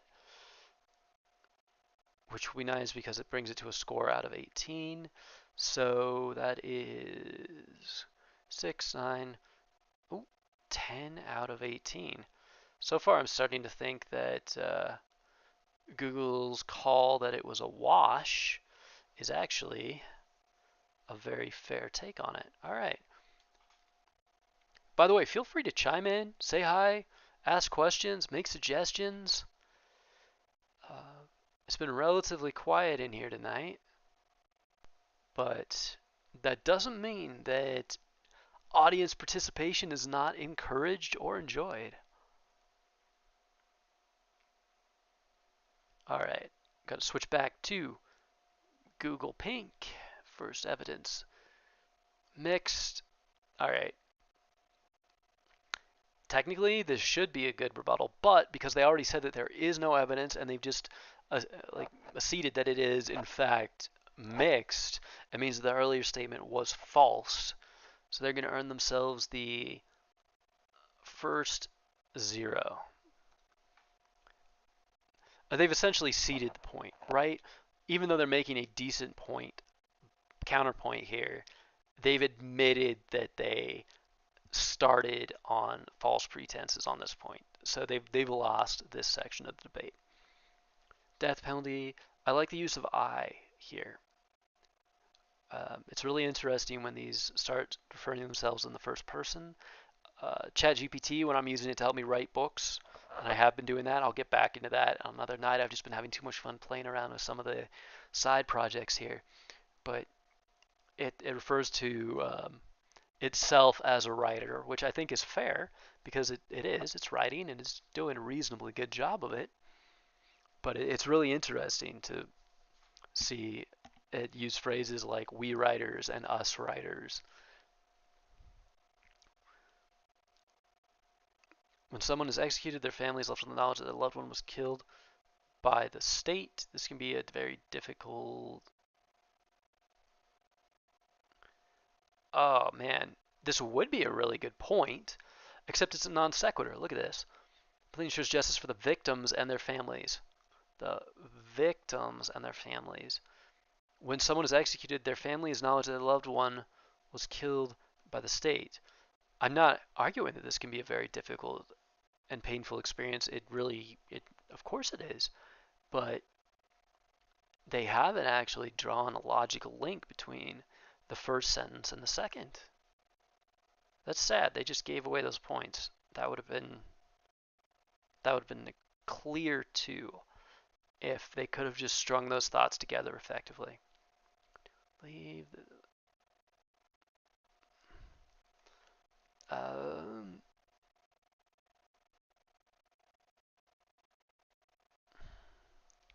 tempted to give this another 1, but it's right on the verge of being a 2, right? Because they're talking about the long delays and that sort of thing, um, which does kind of meet my criteria for showing how like the cost of justice should not be uh,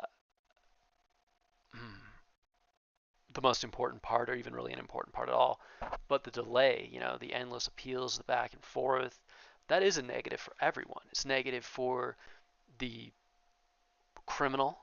It's a negative for anyone that's been falsely accused. It's a negative for the families because they've got to go through it and go through it and go through it. So I think they've earned a 2 here. It was a near thing, but we're going to round up. Is acceptable way to solve problems. This is a message not believe we should be sending to our children. There's that appeal to pathos. Look at that. 2. You know what? No. This would be a 3 if they weren't focused on what they believe. Finally, I do not believe the death penalty ensures that dangerous criminals do not have the opportunity to commit further crimes. In fact, cases where people have been executed and later exonerated, the executed innocent people, we'll give them a 3 for that. That is the undebatable flaw, in the same sense that it's the undebatable pro of the death penalty, right? Once somebody is dead, they're not going to commit any more crimes. It's the one thing beyond a shadow of a doubt, right? No more rapes, no more murders from that person. But the downside is when we get it wrong, right? It's undebatable that that was a travesty and a miscarriage of justice.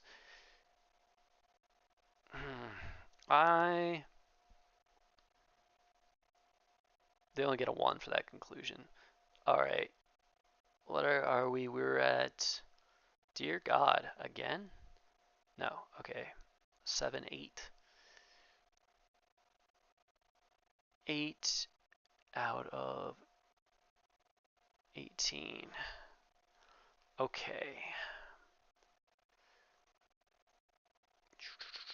We gotta scoop all these up real quick. Hide that. Roll down. And open it up again. All right.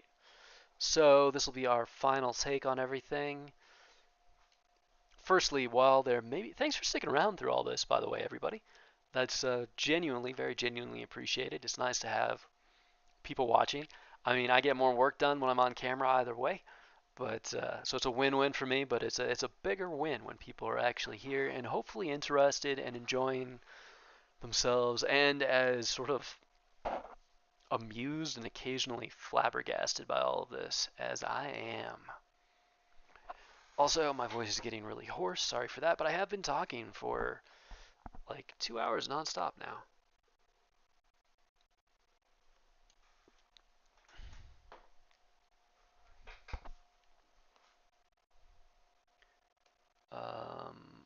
We made you yellow.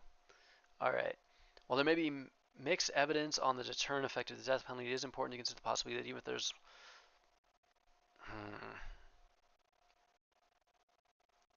2 over a long period of time, this adds up, right?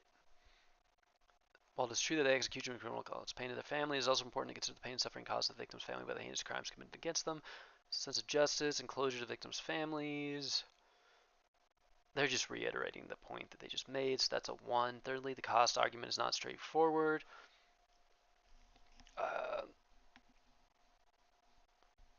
Again, cost isn't the most important thing, and neither one of them has really made any ground-breaking points in that. Fourthly, definitely the argument that the death penalty sends a message that we value human life is a little bit questionable, isn't it? If anything, it's the opposite, right? It's that we value some things more than life.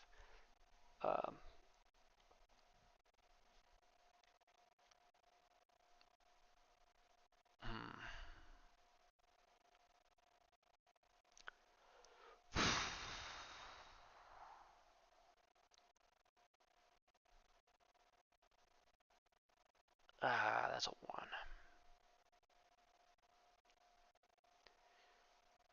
Well, while there have been cases of wrongful convictions and executions, it's important to note that these cases are rare, and the legal system has measures. That's pretty good. That's a 2. All right, and then we're gonna button this up for a second. Scroll down to see where we finish it. Valid concerns about the use of the death penalty. Is important to consider the potential benefits. Yeah.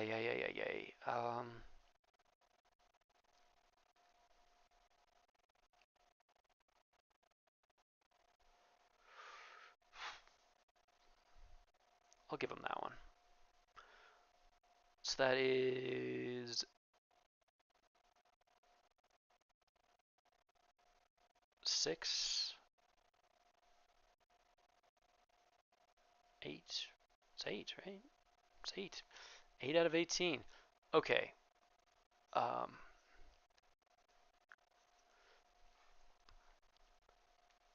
So extra little point to Google there, because frankly, like, I gave this my best go. Obviously, I'm only one judge, but my best go at sort of just evaluating this on the strength of the arguments and assigning points, and it was, in fact, a wash. If we had to cast a tie-breaking vote, I would say ChatGPT won basically on presentation. Like, they did do a slightly better job of making their cases.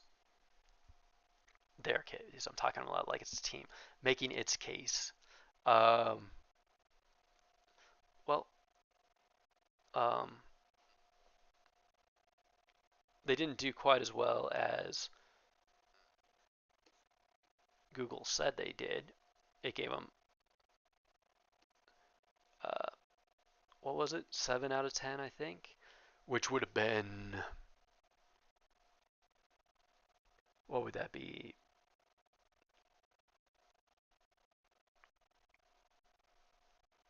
23.75? No, we'll say 25 out of 36. All right. Well, how about that? All right. Let's get rid of that. And we'll actually do an article out of this. If not right this second, then very shortly. Wow, I love that. That was delightful.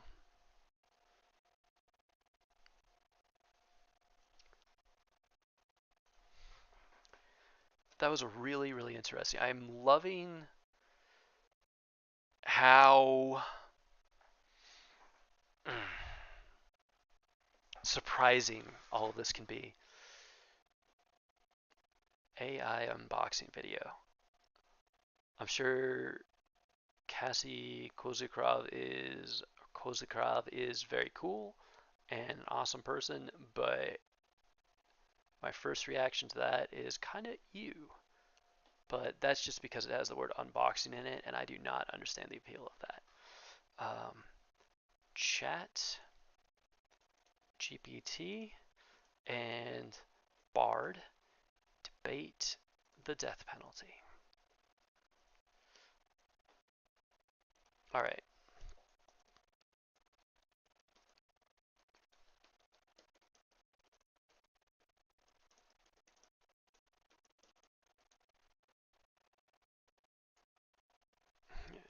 So obviously, to make them argue and see who wins.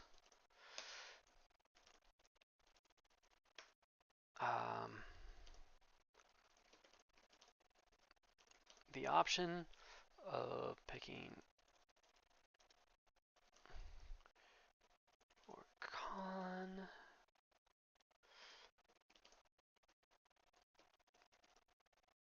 but Bard agreed, but Bard picked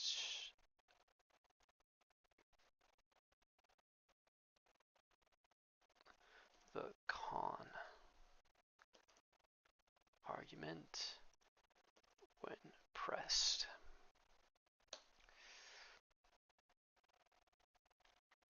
All right, I'm actually going to reuse an image from, or do I not want to do that? I've got a pretty good like robots arguing image right here. But I'm not sure I actually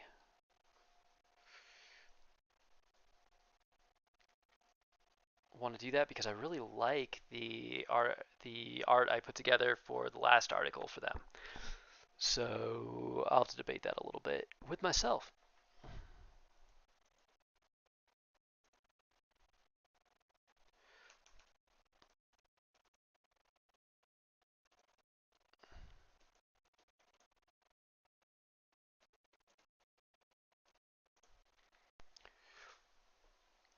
All right. I've got to figure out, I think there's ways to like cut highlights out of the video. I may have to do that later and then upload that to this. So I can do my whole going through the whole spiel in an interesting way and upload a video to this because I haven't done any video content for Medium at all. All right, let's see where we want to start here.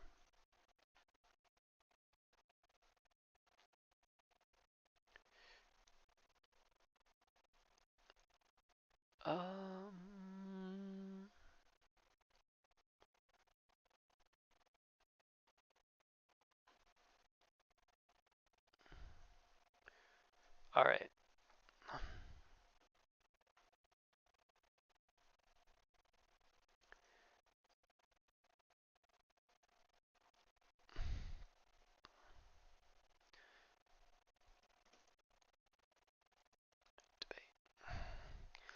All right. Now I am gonna add a little bit more of an intro to this, which normally I wouldn't do, but it's gonna look weird otherwise with this format. So I chose to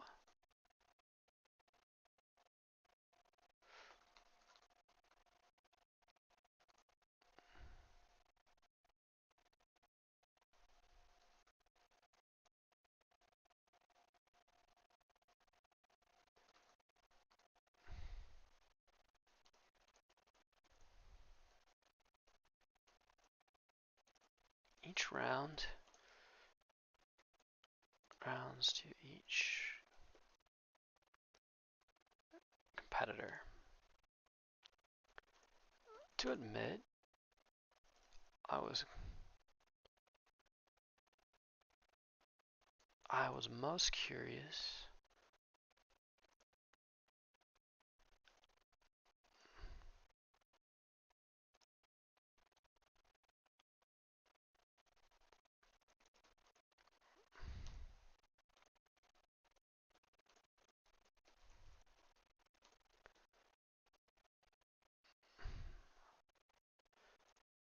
all right.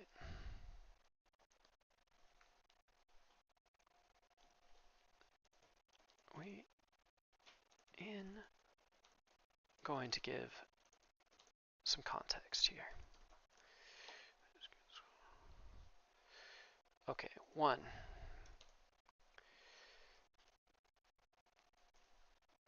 I'm just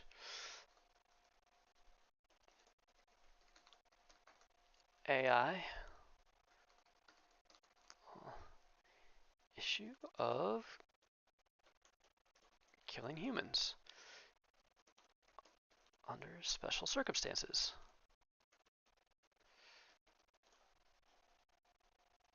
All right, we're gonna make this a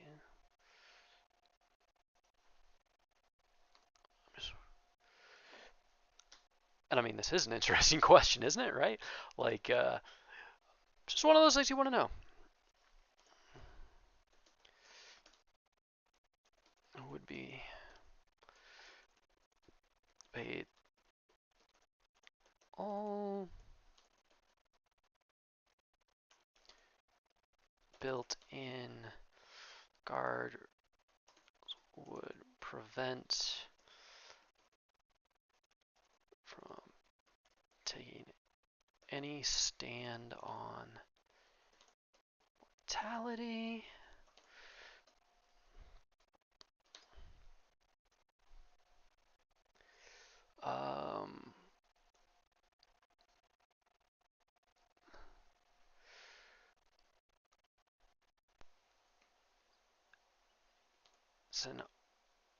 It's a topic that lends itself strongly to appealing to pathos over logos.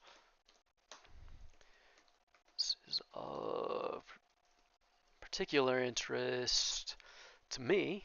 Oh, we lost someone. I don't blame you. This part got boring.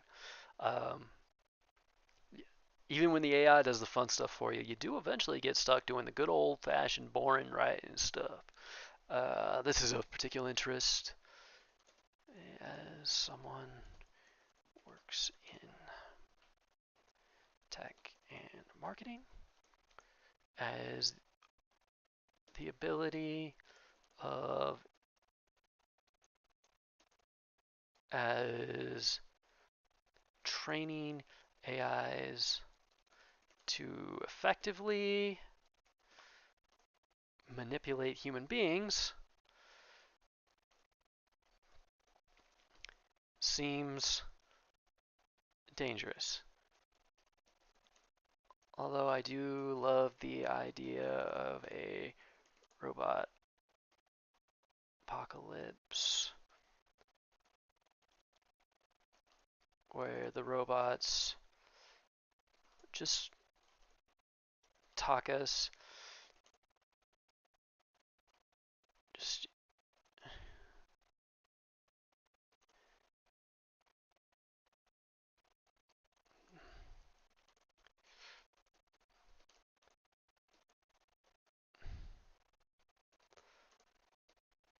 is just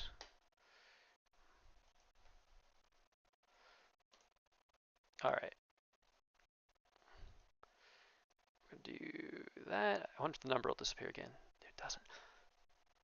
If you ever wanted to see just like a masterclass in UX, it's hard to beat Medium. I love the work they do. They are spectacular. All right. Oh, it's a topic feeling so strong.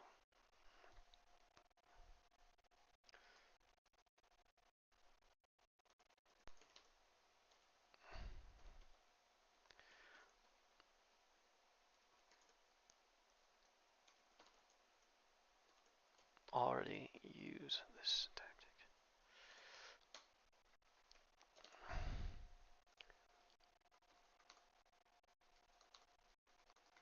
for how Bard and ChatT vary in how they approach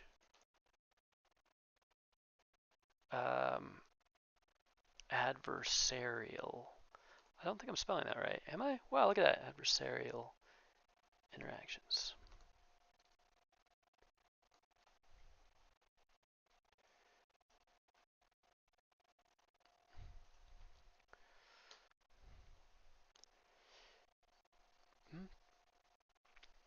Add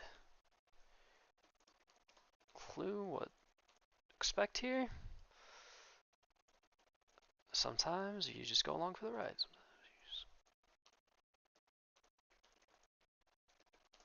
Yeah, all right. Now we can get to it.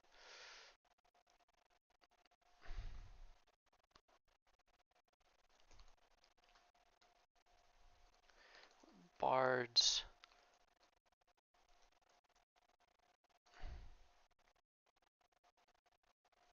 Begin. Go. All right, there we go. Boom, boom. We'll upload our Bard picture. Why are you lagging? Let's see where it was. There we go. Bard. Are there no more like? This is like the only image option we have here. Like, it's just giant or nothing?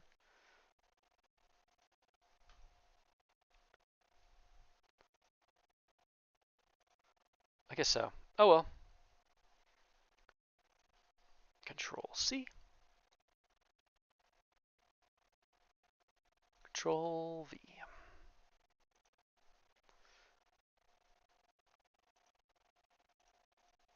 Didn't work. There we go.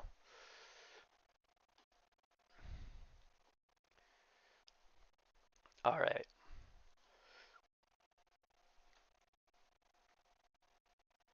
We'll go with Chat GPT's rebuttal. Did I do all caps on those? I did not. We did the sentence case. Next. Here, Chat GPT's rebuttal. GPT's rebuttal.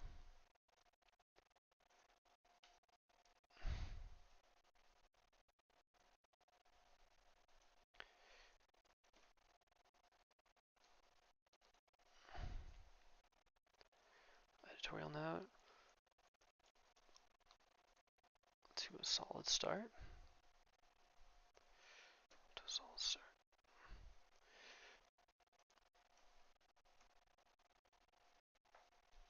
All right. Next, we hear ChatGPT's rebuttal. Then we bounce over to, you know what? Let's just keep taking it from right here.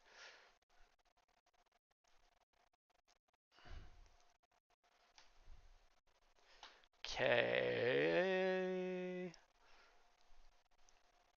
Whoo, that was a mistake. There we go. Let's do that again, but without the formatting issues, huh? What? You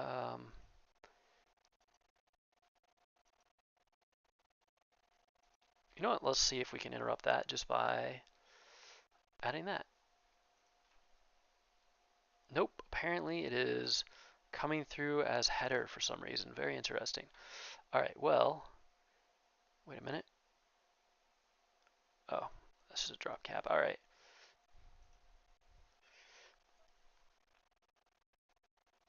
All right. Luckily, they write these like high schoolers, so they are effectively numbered. Thirdly, fourthly. You don't actually hear fourthly said very often, do you? All right. And then in conclusion, which is of course terrible writing, but that's okay.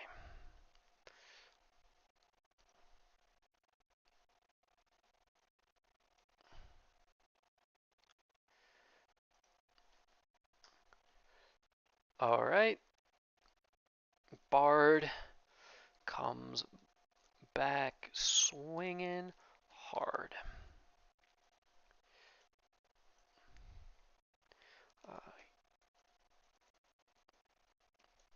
Superior mimicry of human conversational tone, right? I think that's fair. Conversational tone is shining here. Of course, we've got to go back and fix that.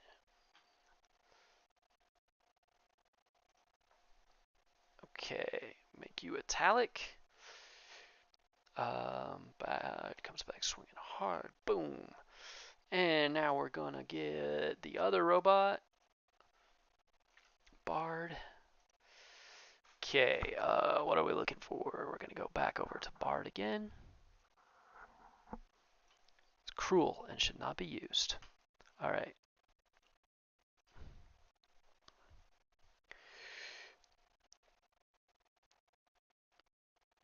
Okay, and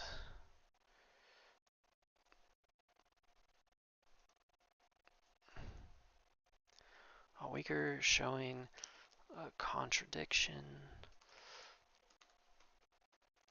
statement.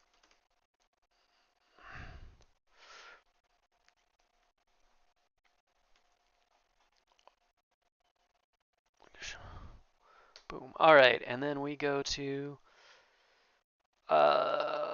Chat GPT, taking it home.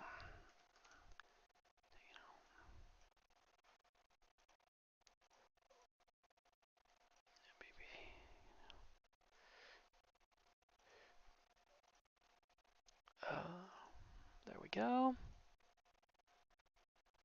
For that, we got to hop over to ChatGPT because this one isn't in the Google side of things. All right, very cool.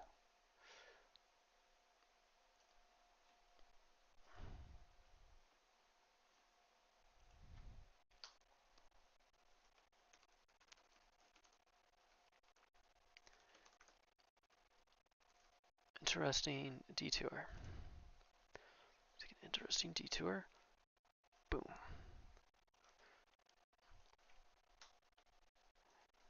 That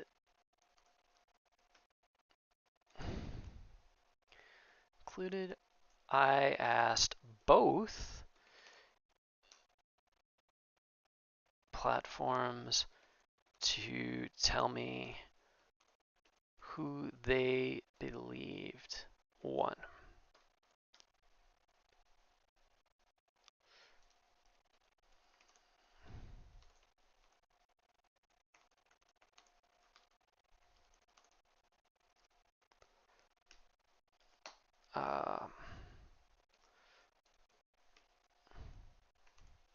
ChatGPT.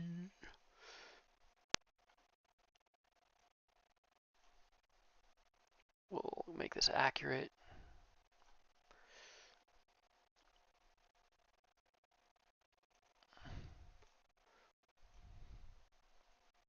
Okay. I'm gonna bold these because you gotta be consistent about this stuff from one article to the next.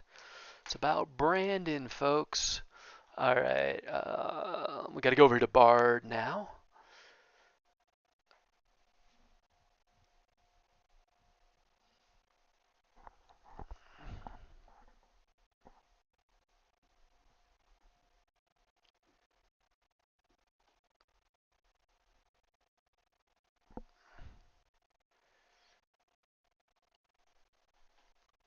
Let's see.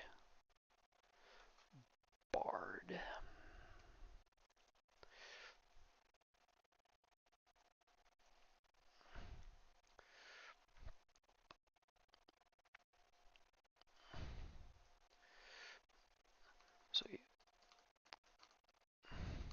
So you can see that Bard took a stand where ChatGPT equivocated. Not sure what to make of that, but it's interesting. Obviously.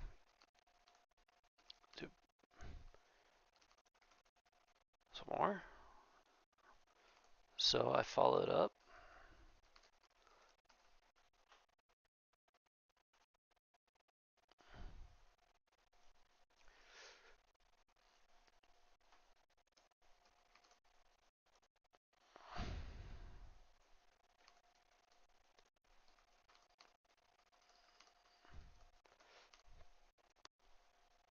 I'm sorry that I'm always looking over here while I'm typing. I can see what I'm typing over here, but there's like a half-second delay on it that just absolutely messes with my brain. Like the part where my eyes or like the hand-eye coordination, the hand-finger coordination being like half a second out of sync is awful for my overall typing accuracy. Chat GPT. What did they say? They said no. But how did they say no?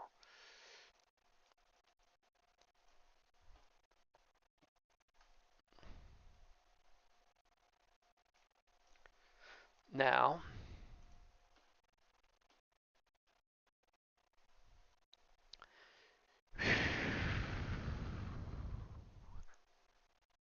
me think about how we do that. All right.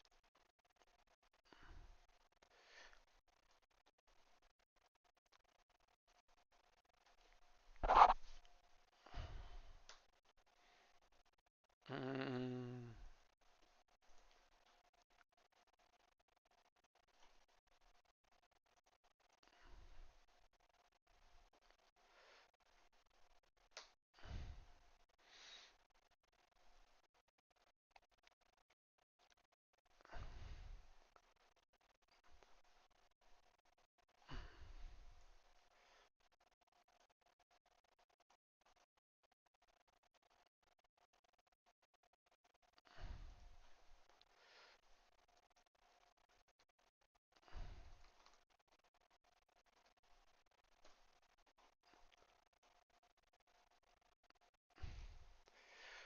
all right. Next,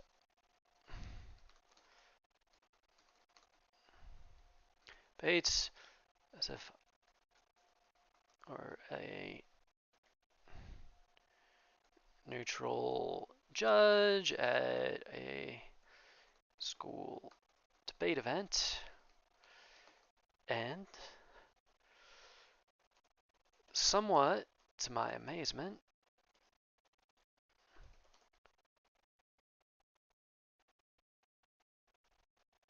when everything was totaled up, the score was 18 out of 36 possible points to 18 out of 36 possible points. Google was dead on the debate being a wash. I'm not going to rehash that all here, but I've included a video of my scoring and the reasoning for it below if you're curious. Personally, I find it pretty interesting. I find it not pretty interesting. What a boring way to say something's interesting. I find it pretty interesting. Let's find the least interesting possible way to say something's interesting.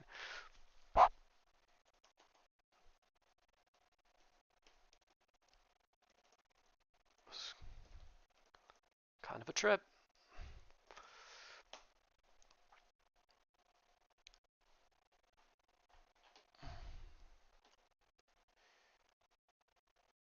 All right. Now, one thing I want to draw attention to here is, I mean, this is a solid, good, long article, right? Like, this was not short. This is well put together. This is a 5 to 10 minute read for most people. And I'm not sure if people will actually read it. That's its own thing. But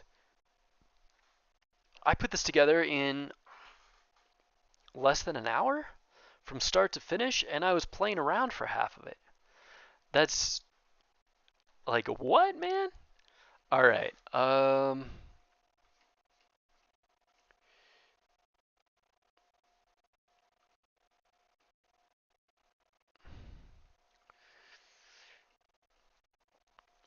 Now for the last point of the debate, I think we do want to keep this. I just kind of like it. It's a little out of sync, but pretty close to the same style that Midjourney gave me for the others. That's because I always ask it for these particular articles. On Medium, I have it doing it all in 1940s poster style, pastels, clean lines, bold colors. And that's just coming down to giving the right prompts, which is the hardest part and the most important part of using any of these AIs, is they're really good at following instructions. So you need to be good at giving them good instructions. Garbage in, garbage out.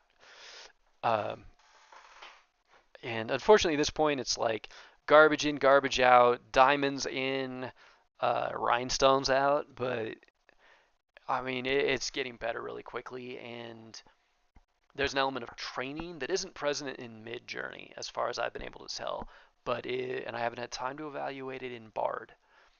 I will do that probably tomorrow. Uh, but at least in ChatGPT, it does learn very quickly. If you ask it for something and then evaluate what it gave you, edit it, go through it, clean it up, give it back, um, you can get something pretty cool out of it. Like it does learn pretty quickly. And it stops making a lot of the amateur mistakes that it learned from us because, of course, it's looking at this big glob of language, and humans on average are not um, exceptional communicators. I guess that's not fair. By the standards of animals, our average level of communication is at the extreme far end of extraordinary. But by definition, those of us that either have a natural talent for it, put a lot of work into it, or just get lucky, do have uh, more effective strategies for communicating. I say as I struggle to find basic words to uh, make with my mouth. But in my defense, it was leg day at the gym before I did this, and it's amazing that I'm still awake. It's amazing that I'm still coherent because I feel like I lost a fight with an elephant. Mm. And you know what? We will do a quick run through with Bard. Let's just do a.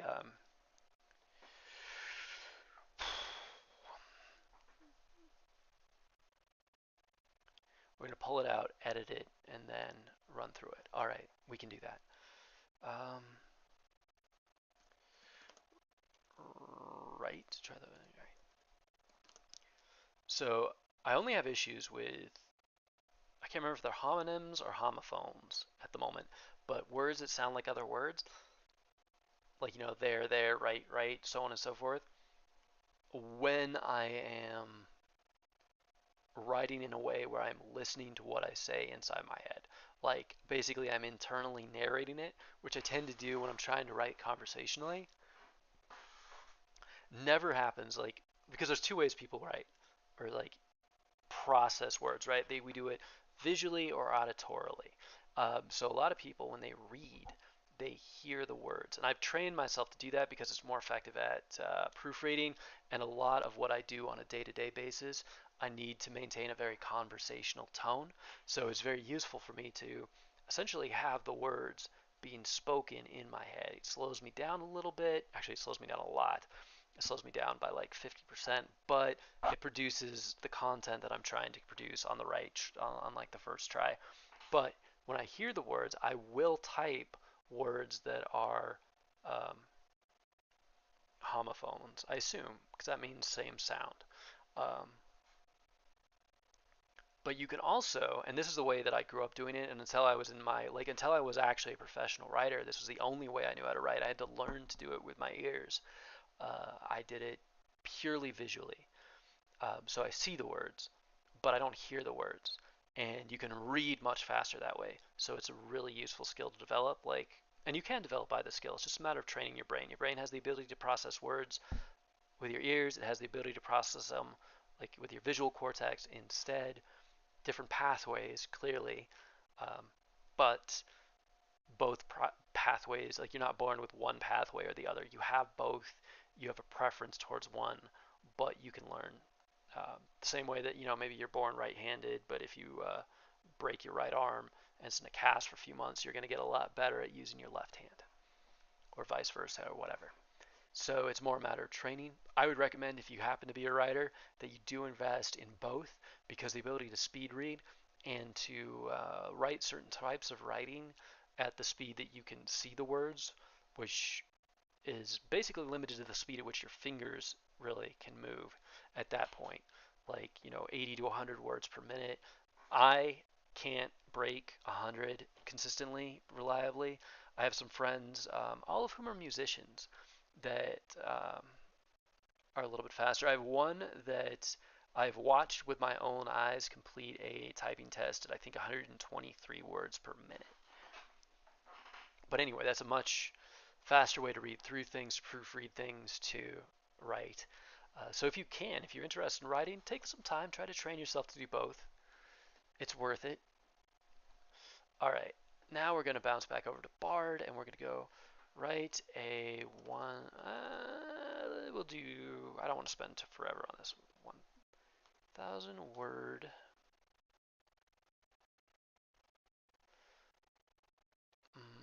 We'll give it essay on the importance of good organizational skills. Whatever. That's the beauty of this. Like, you can throw anything out there, and it'll come back with something cool. In today's fast-paced world. All right. So what we're going to do here is we're going to pop this over into a Google Doc, and then I'm going to run through it, and I'm going to explain my editing process. I'll explain why I'm doing these things, making the choices I make, and then we will put it back into the language model and say, this is how you should do things from here on out.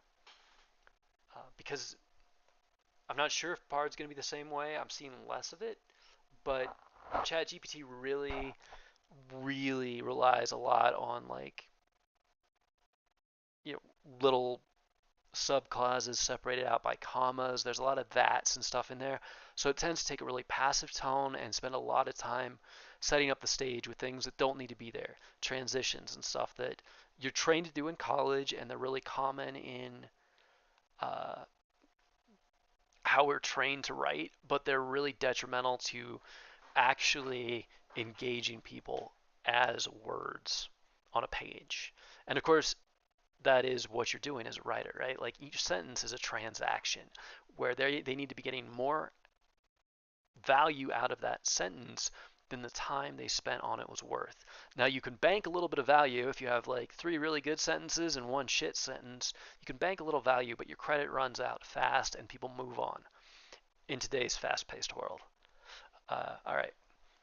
It's more important than ever to be organized. This is actually a great opening line. This is better than what ChatGPT would give by default. Um, at this point, ChatGPT is giving better responses than you would see if you just hopped in, because it is, how should I put this? It's been learning for me. I've been teaching it for a while, and it's all in that same chunk of space in there. But it would not be doing as well as it has been doing by default. All right, so we're going to delete all this. We're going to go to here. Is this yellow or pink? It's pink. I love it. All right. This fast-paced world, it is more important than ever to be organized. Great, great first sentence. Whether you are, all right, so here is a writing trick for you. If you want something to be more engaging and build more of a personal connection, if it's feeling cold, like just not making that connection that you want with people, you always want to be, whenever you're writing, as a general rule, sometimes there's risks with it. Like, if you write an email to your CEO, maybe disregard what I'm about to tell you, or maybe don't. It's a judgment call. And this is always a judgment call. It's a skill you develop, but you want to be as informal as you can get away with in whatever context you're writing.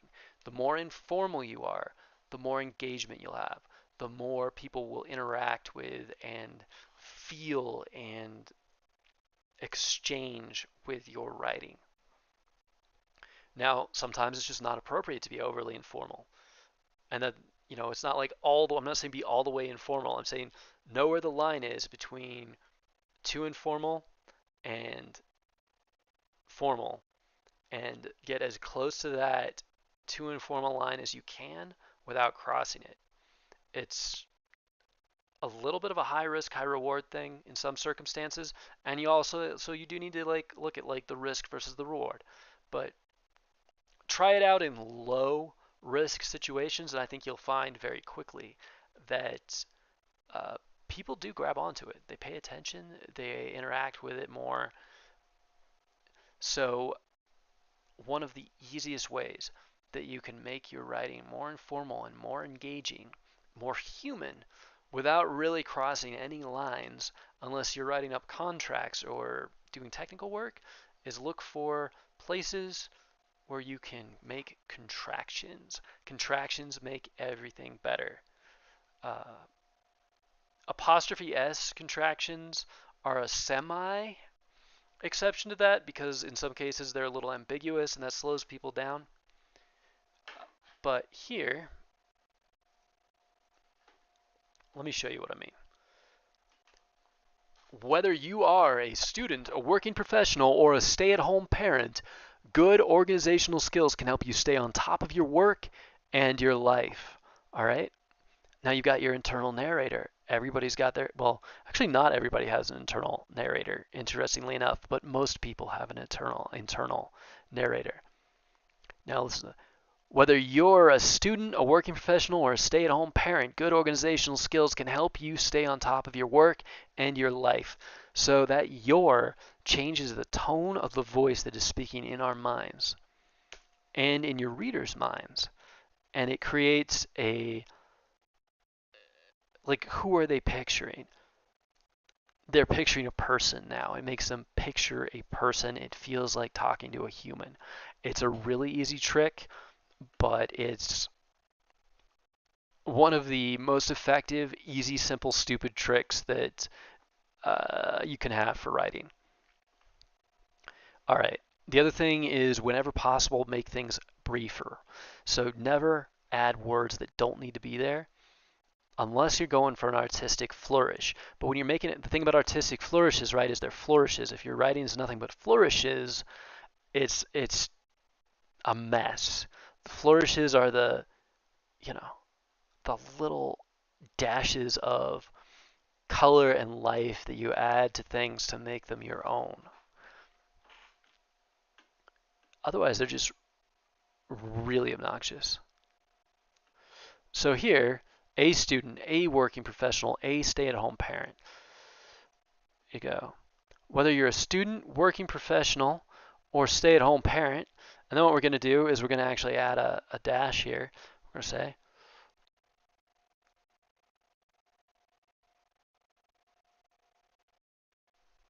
or, nah, actually we're not. I was going to, but sometimes you start something and you realize it's the wrong choice, and then you just don't do it. Now, here's another good one. Let's talk about wishy-washy language. People love it. AIs love it because they learned it from us. Can help you. Second, can help you. See this can help, can help, can help. It's taking something, it's taking a lot of space to say something that doesn't need to be there. But also, people interact more with stuff that is active tense, active. So can always makes it not technically passive, but like honorary passive. All right. So when you are, there's a UR. I'm liking that these URs are all falling on line breaks. Don't have to waste time. There is a contraction. So that's good, looking for things. Second, good organizational skills can help you. Can help you. See how much space this is literally, like the actual space this is taking up. And page space isn't really the important thing. It's sort of, syllables matter, but it's less about the length of the words than sort of the way it breaks up the text. There are times when you want to break up the text, so you'll have something like that in there. Again, judgment calls, again, like flourishes, you use sparingly. You certainly don't use them as your default. Like, we're just going to read through this so you can kind of hear how unnecessarily clunky it is, and then we'll clean it up. And then you'll hear how it didn't have to be that way, and if you really look at it, you'll see we made very few actual changes. So much of my job is coming into something that someone's like suggested writing, like they've got, here's what we want. This product team's like, here's what we want. And my job is to come through and delete, if there's 200 words, I maybe delete 15 words, change one sentence around, take a few verbs and make them active. So I'm making very few actual changes. But the thing is, everything I do where I work is heavily tested, and we send these vast numbers of people, so we have really good testing data, and you can see how these small changes affect how many people take the desired action, how many people read through things, how many people really interact with things at a high level, and it makes an incredible amount of difference, especially in like the aggregate sense, right? Like if just 10 people read something, maybe you got the wrong 10 people, maybe you get the right 10 people, but once you get into statistically significant groups of 1,000, 10,000 people seeing something, the bigger your audience grows, the more the small details matter and the more profound effect they have on the overall trajectory and results of anything that you write and anything you create. All right, when you are organized, there's a UR. You can get more when you know what you need to do. All right, so before I just like completely cover this in pink, let me read it. There are many benefits to being organized. First, it can help you save time. When you are organized, you know where everything is and you don't have to waste time looking for things. Second, good organizational skills can help you be more productive. When you know what you need to do and you have a plan, you can get more done in less time. Third, being organized can help you reduce stress. When you are organized, you don't have to worry about forgetting things or losing track of deadlines. This can free up your mind so you can focus on other things. All right, let's close that up and let's hit this.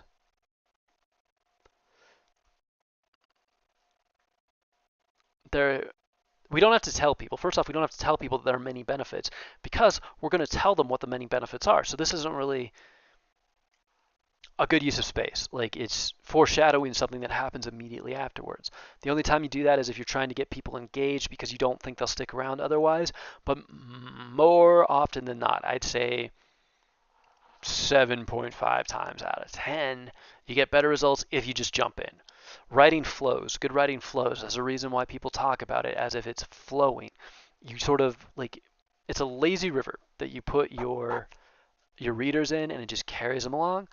Depending on what type of genre you're writing, fiction, it's not really a lazy river. Maybe, you got some rapids in there, but the point is, it's your job as a writer to carry them along. And the best way to do that is to keep it flowing. If everything slows down and they're just sitting there spinning in circles in the inner tube, they're going to get out and they're going to find a new pool to play in. All right.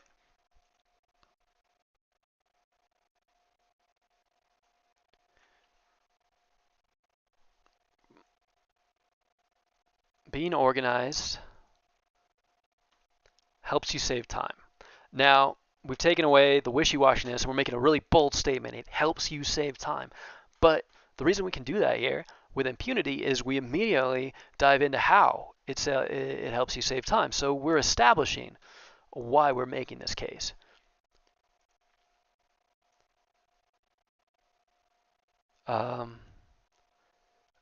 We just talked about being organized. So we've already presupposed that you are being organized in this scenario, right? So we don't need to relay out this transition statement here that when you're organized, it's given. It's got it. We got it from context. One of the people. This is one of the areas where the AIs are actually lagging behind people because the way they work, they don't really take prior context into consideration. They don't have that capability. I imagine they are hard at work on that capability, but it is a major weakness. All right. What do we got here? You don't, and, all right, so whenever you see a conjunction like this, ask yourself, does it need to be here or can it be something more active? You know where everything is, comma, so you don't have to spend time working. Look, is this a double?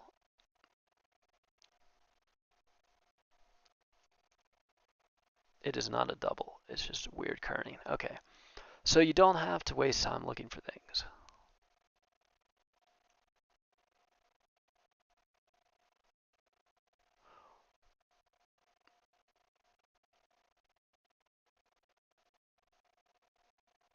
We can get rid of 4 things. You know where everything is, so you don't have to waste time looking. We already know we're talking about things. Second, we almost never need to like list things out number wise. It's a terrible habit. Unless it's a really complicated list and there's a really good reason that people need to remember the order. And when that's the case, it's almost always the better option to break it out into a numbered list. Unless you're doing like dialogue or something. But in that case, it really is a numbered list. It's just being given orally by the person, the character. All right.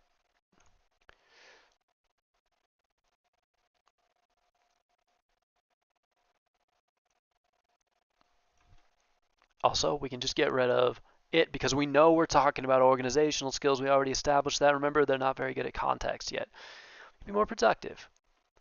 All right, here, this is actually grammatical error, which AIs do not make many of, but that was a fragment, sort of.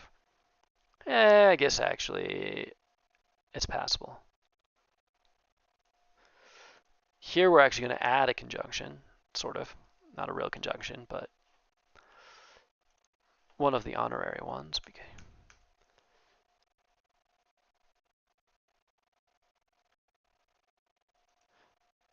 All right, but what we're going to do here is instead of this endless series of use, because knowing what you need to do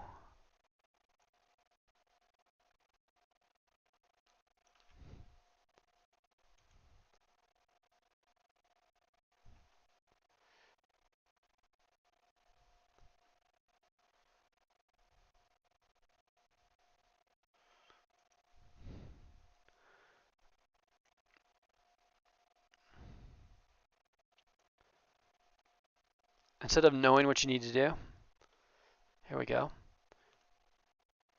Planning ahead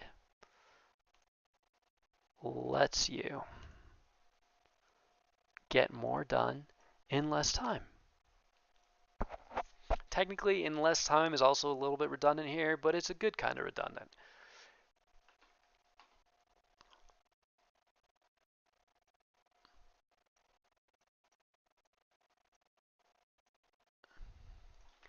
Here we're going to try to make it a little less formal, and we're going to have a little bit more fun with it. So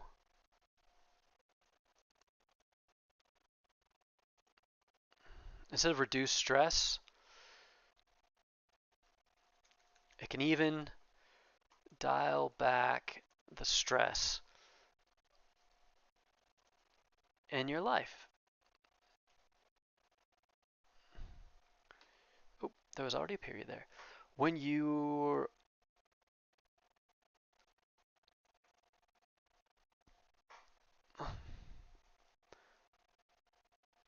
okay, so now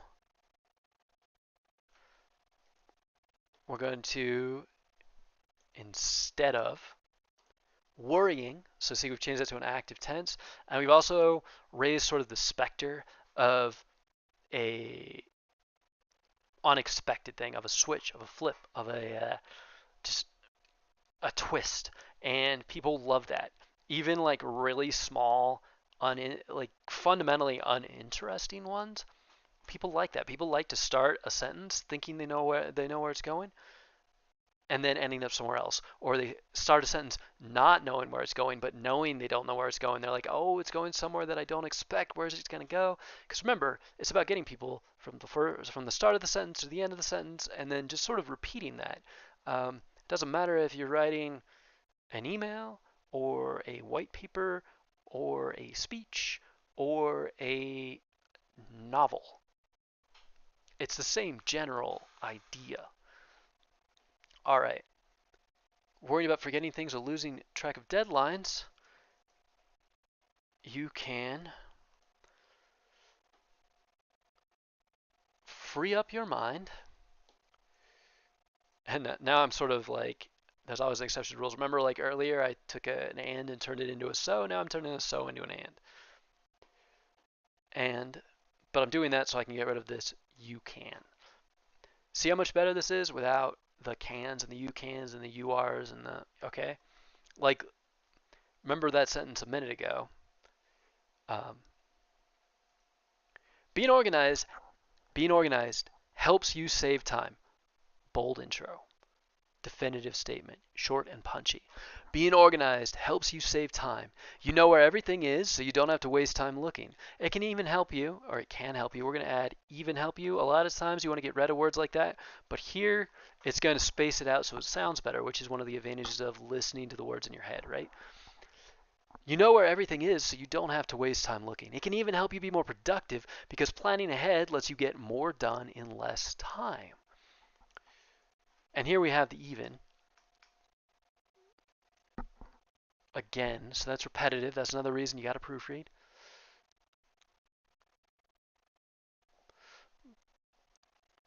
Good organization,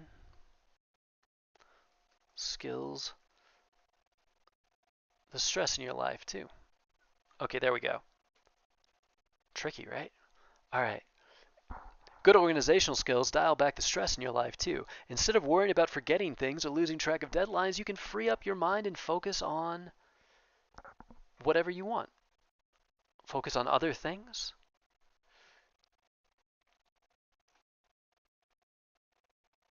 We'll keep it.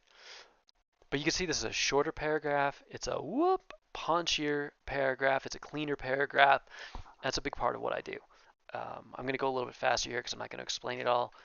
This seems like it's a very long process. It's a very quick process when I'm not explaining it in detail as I go. There are many different ways to be organized. That's a great start to a sentence. Still throwing me off. Those look like they're double spaced. Some people prefer to use a planner while others use to-do lists. This is a good paragraph. I did say, like I said, adding contractions is one of the best ways to make things more informal in a low-risk way. And informal is always more engaging. So you always want to be as informal as you can get away with in the situation. Never more informal, but as informal. Toe the line carefully. I did say before that normally we don't. The exception to the contraction rules is apostrophe s's because that leads to ambiguous situations that can trip people up. It slows them down. It disrupts their flow, and writing is all about keeping that flow going if you want to keep your audience engaged. But theirs is an exception because it's just such a natural one. It's a natural part of speech.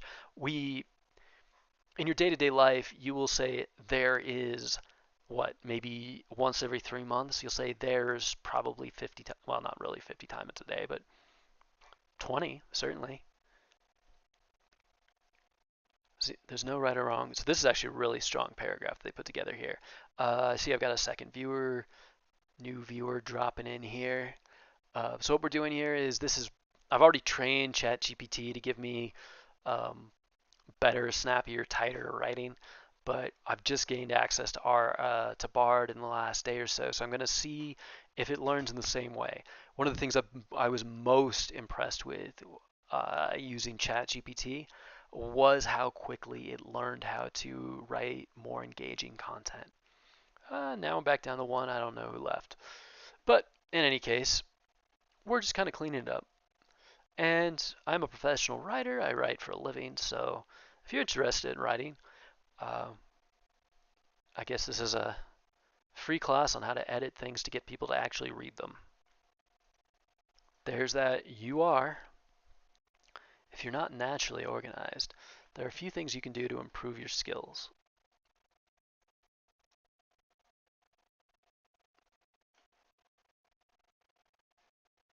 Your skills is redundant, but we're going to keep it because I like what it does to the pacing there. Start by decluttering your environment. We don't need to say this means because we understand from context that that is what this means. That's why that sentence came before this one. Getting rid of anything you don't need or use. Okay, see how that's taken 2 kind of clunky sentences and turned it into 1 smooth sentence.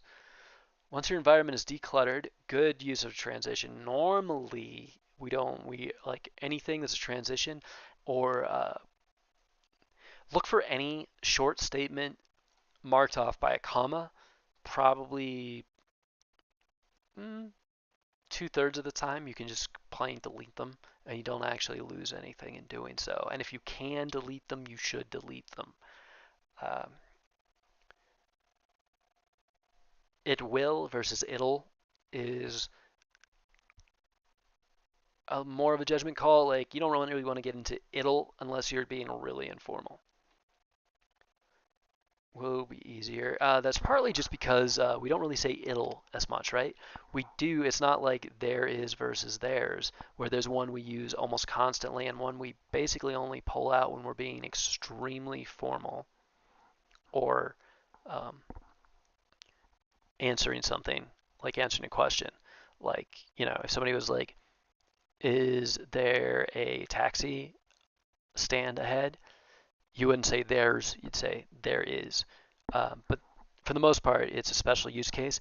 We often say it will, because it adds emphasis to a place that naturally in speech we often want to add emphasis. It will or it won't. It also may be a function of the fact that it won't isn't really a workable contraction. So it's got a companion word that's already a contraction.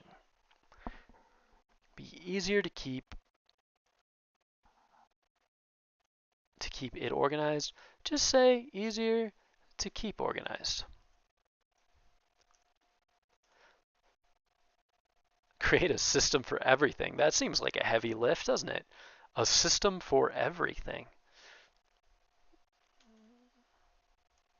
Instead of second, but we still do kind of want to transition here. Next, create a system for everything. We're actually going to break this up into 2 paragraphs.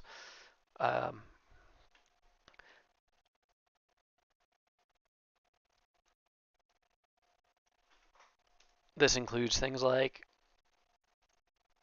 we're going to break this up. We're going to actually use colons here. Well, a colon. Files, your to-do list, your calendar,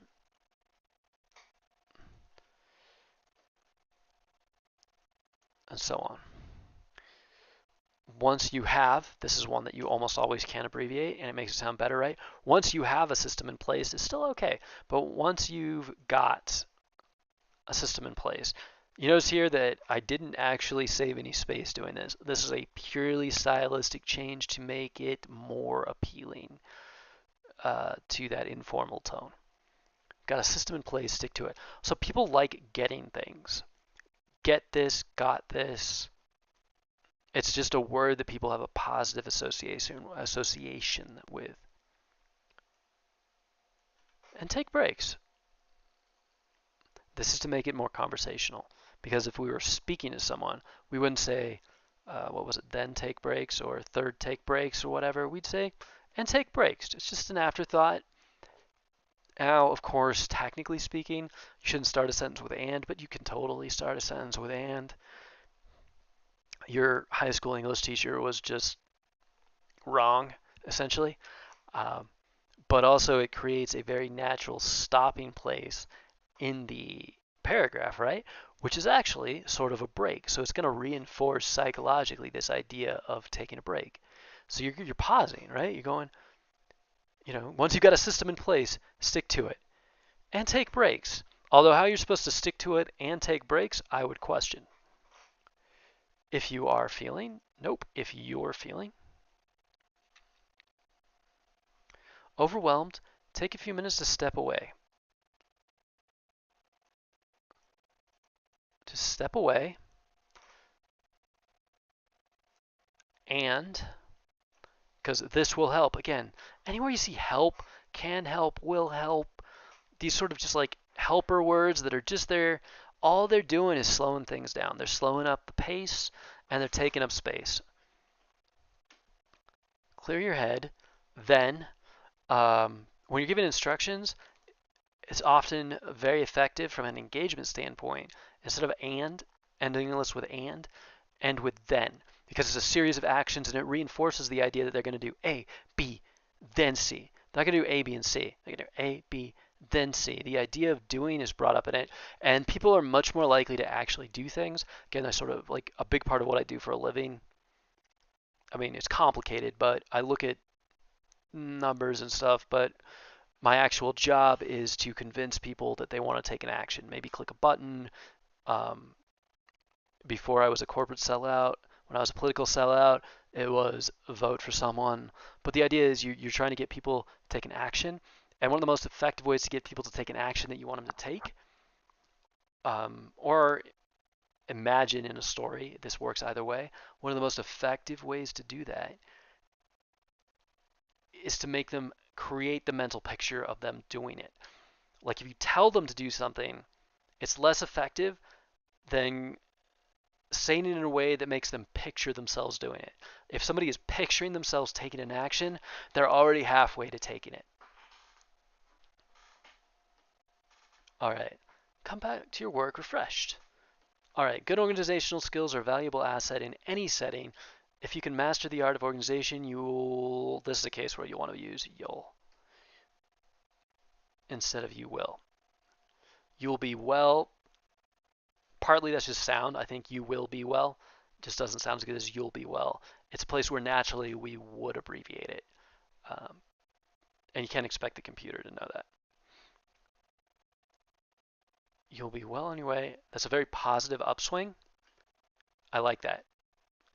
There's an if, but it's an if, and whenever possible, if you've got an if, connect it to a positive ending. Unless you're trying to scare people, but there are very few situations where you actually want to scare people. It creates a negative connotation in writing. Unless you're looking for a career in journalism, in which case scaring people so they will stay tuned through all of your life insurance scams and boner pill commercials will literally be how you make a living.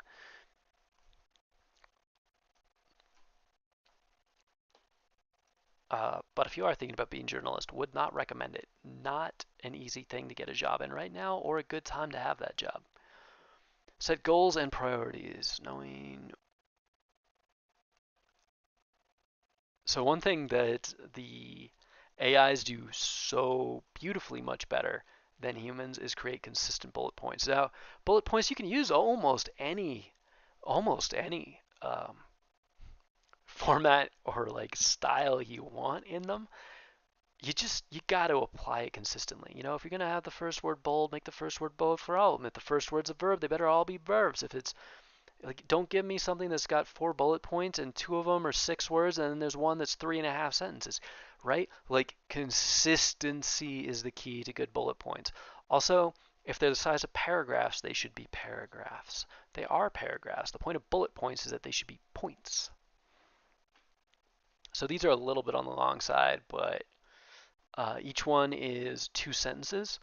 A shorter, punchier sentence followed by a longer sentence. This one's 3 sentences, so it's breaking the rules. And you can actually see how bad this is as a bullet point, right? Take breaks. Working for long periods of time without taking a break can lead to burnout. Make sure to schedule regular breaks to refresh your body and mind. Like, it's just bad.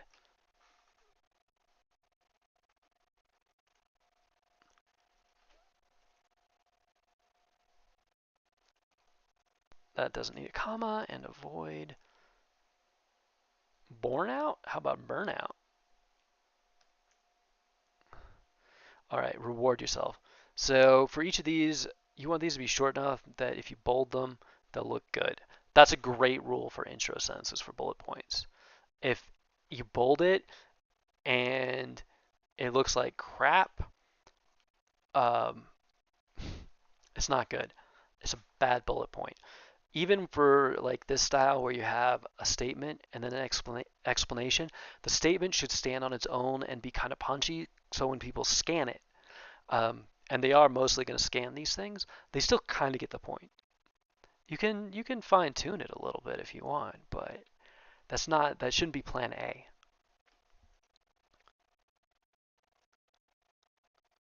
Break down large tasks. Like here, this is also completely redundant. Smaller, more manageable ones. The point of breaking them into smaller tasks is that they'll be more manageable. People can figure that out. Like, they don't need that level of hand-holding. So now it's still a little long, but it's as short as we can get it and keep the meaning. Delegate tasks where possible. I love that as a tip for getting organized. The best way to get organized is to have other people do the work for you. Not technically wrong. Reward yourself. All right. So the whole point of this, obviously, I don't know if you guys are even the same people who were on when I was started. I understand this is not the most exciting thing to watch, but I have access to Bard now, and I've already trained ChatGPT to write more effectively in a style that is much cleaner and more active, and therefore more engaging than it was doing by default. But now that I have access to Bard, I'm going to try to do the same thing with it and see if it learns as quickly. Nothing about any of the AI stuff has floored me quite as much as how fast ChatGPT improved when given feedback. And I'm going to try the same method I used with ChatGPT, which was I asked it for uh, essay on whatever, and then I edited it and I said that was great, but in the future, make it more like what I've written here. Challenge, but it's worth it. Again, ending on a positive note. Really good. When you are, my God, when you're organized, you'll be more productive, less stressed, and more successful. No wishy-washiness. No, it can help you do this thing that you want to do. Any of that sort of nonsense that it started out with. So we've got something that's a lot shorter, a lot cleaner, and would actually be something that people would potentially finish reading if they started reading it. Here you can see, if you haven't already, which I don't know if you have, how it started out. So, much longer, not many contractions, breaking things into first, second, third, unnecessary transitions, a lot of redundancies. Like you can sort of see how many times it uses the word organize. And well, obviously I'm asking it to write something about organizational skills, so you would expect it to show up a lot, but this is too much, right? There should be some, like, other words in there. All right. And then, of course, the URs. A little bit overdone, not too bad, but you change it to contractions, it changes the tone of the internal narrator of your reader into a more informal and therefore more engaging, more human voice, which people engage with at a higher rate. All right, so I've edited, wrote to make it more active, on point, and cleaner so that people will engage with it more effectively. Please style future writing to incorporate this voice and tone.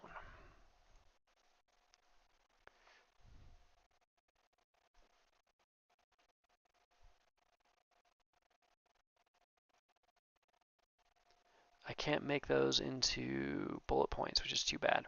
All right. So let's see what it does. Thank you for the feedback. Oh, good. You agree? It's great that Google made their AI a suck up. All right. So let's give it another essay topic on something random.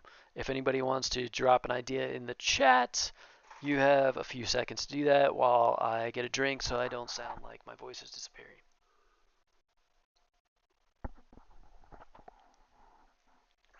Ice cold tea. All right. This has been a fun night. You missed it earlier. I had ChatGPT and Bard debate each other. I am writing a article about that, or I wrote an article out of it already that I'm going to have on my Medium channel, which I will include a link to right now if anybody is interested in it, except I have to log into Twitch. I can't actually link the article yet.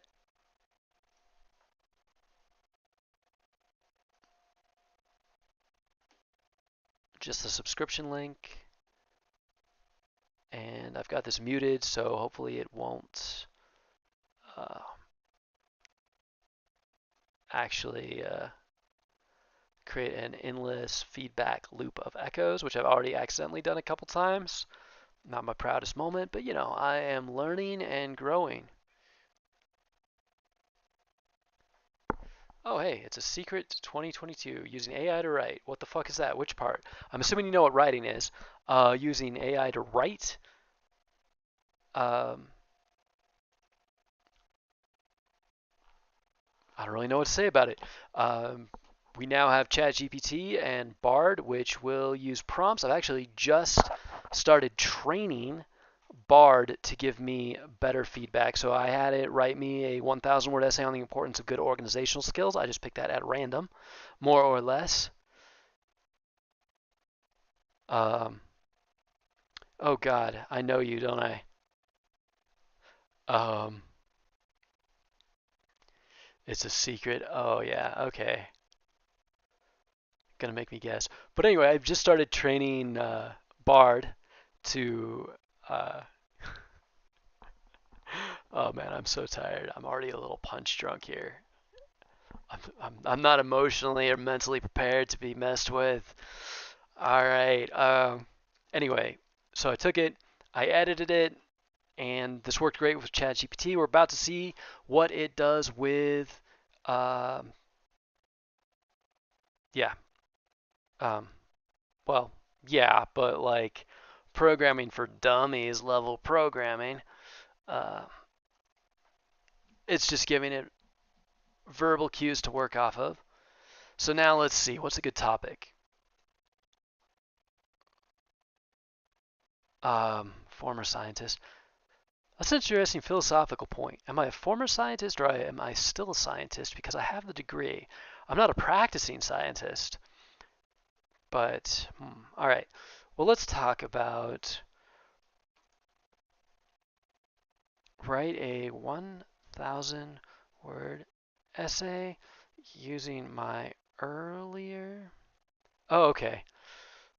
I just assumed that you were one of my friends dropping in to make fun of me because they would.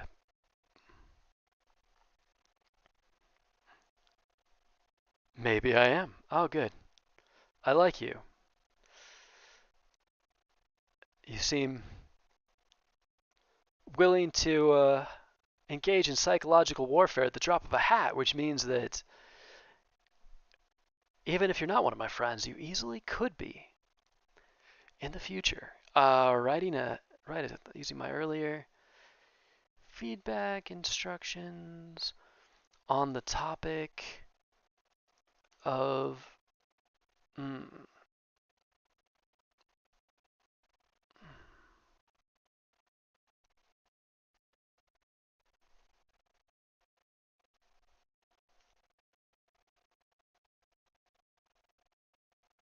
gosh, I'm blanking. I'm so tired. This is good though, because this is the part that it's supposed to be able to think of me. How to live with a micro penis. I love that, but I also just absolutely do not want that in my like uh, history feedback loop, whatever is happening here. I just feel like that could uh, sneak up on you.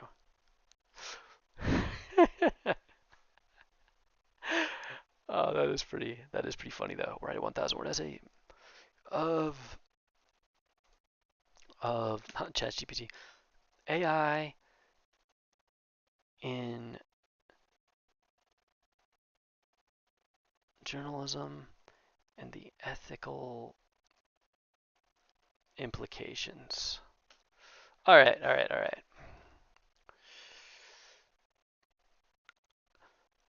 One thing I don't love about Bard, and it's stupid because it's a pointless stylistic thing, is I like the way ChatGPT just scrolls. The difference between conservative and liberal views. Actually, let's do that. As soon as this one pops up. Uh,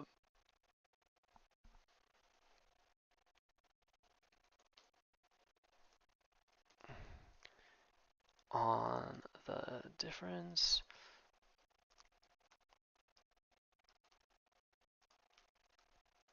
I had them debate ChatGPT and Bard debate the death penalty. I had one pick pro and one pick con earlier, and that was kind of interesting. I was really curious on how the AIs felt about killing humans as a concept. The terms conservative and liberal are often used interchangeably. Oh, I guess on like a global scale, yeah. These conservatives generally believe in limited government, while liberals believe in more active government. Conservatives tend to be more religious than liberals. They often have a more traditional view of family and generals, secular and progressive in their views. Here is a more detailed look. Still not using enough contractions to really make this informal, but we can come back to that. Obviously, like I didn't expect it to instantly pick up on everything, but this is a decent amount. This is a big step up over its first entry into essays. People's lives, they argue that free market is the best way. Fight for the common good, okay. Religion.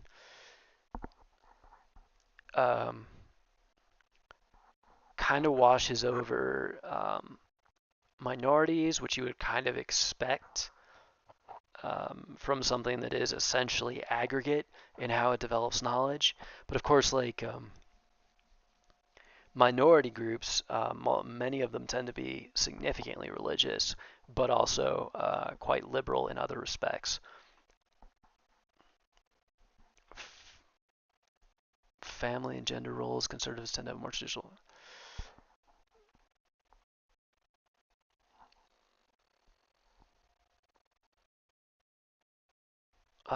Conservatives tend to be more conservative on social issues such as abortion, gay control. Should be decided by states or by individuals, not by the federal government.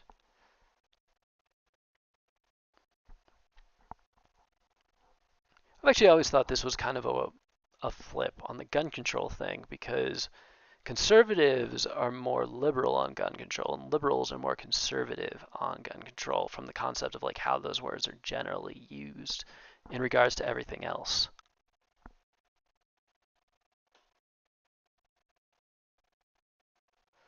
Hold on, that is a fuck.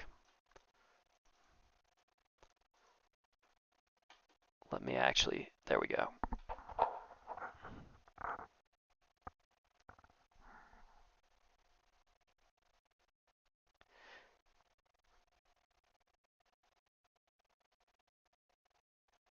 You're absolutely right about that. And I'm being a little bit facetious with that. I mean, at the end of the day, these are currently, it's not Skynet, it's not HAL, it's essentially an autocomplete feature tied to a very sophisticated search engine, right? Like, it's just looking at what other people have said about topics and sort of generating a statistical average result. There's no cognizance, there's no intelligence, but that was kind of what I was actually interested in, is exactly what you're getting at there. I was wondering how thoroughly they'd be allowed to comment on the topic at all. ChatGPT seems to have significantly more guardrails on it than Bard. Bard was willing to take more stances on it, which I thought was interesting. Overall, though, it pretty much regurgitated exactly what you hear from a high school debate team. And of course, nothing about that was really that much of a surprise. Google's AI has more thorough and complete answers, which you would expect from something that obviously has access to the largest possible database, beyond a shadow of a doubt. ChatGPT has a better job or a better ability to mimic the way humans actually speak and communicate. And the other thing it did effectively that I was really interested in, because appealing to logic is not really a threat, but one of the emerging threats, even in this like really rudimentary version of AI, uh, is training it to appeal to pathos, right? To appeal to the emotional core of people. And I wanted to see whether it would make emotion-based arguments, because one of the things that worries me, kind of particularly because of like the world I occupy for a job, I'm kind of like front row seat for this. Is it's not gonna be very long before a lot of companies are actively training these AIs to be really good at manipulating people, and I'm a little nervous about the concept of AI when it actually becomes like AI in 10 or 20 years, presumably. When it hits that point, if it already has this massive database of just billions and billions and billions of results of how to effectively manipulate people, what kind of danger that would pose? Maybe the AI apocalypse isn't, uh, the AI hacking the nuclear launch codes. Maybe it's just the AI making a bunch of really convincing emotional arguments that convince people to do a bunch of stupid shit that makes everything fall apart. Uh, I don't think that's necessarily likely, but I do have some general ethical concerns about that. Um,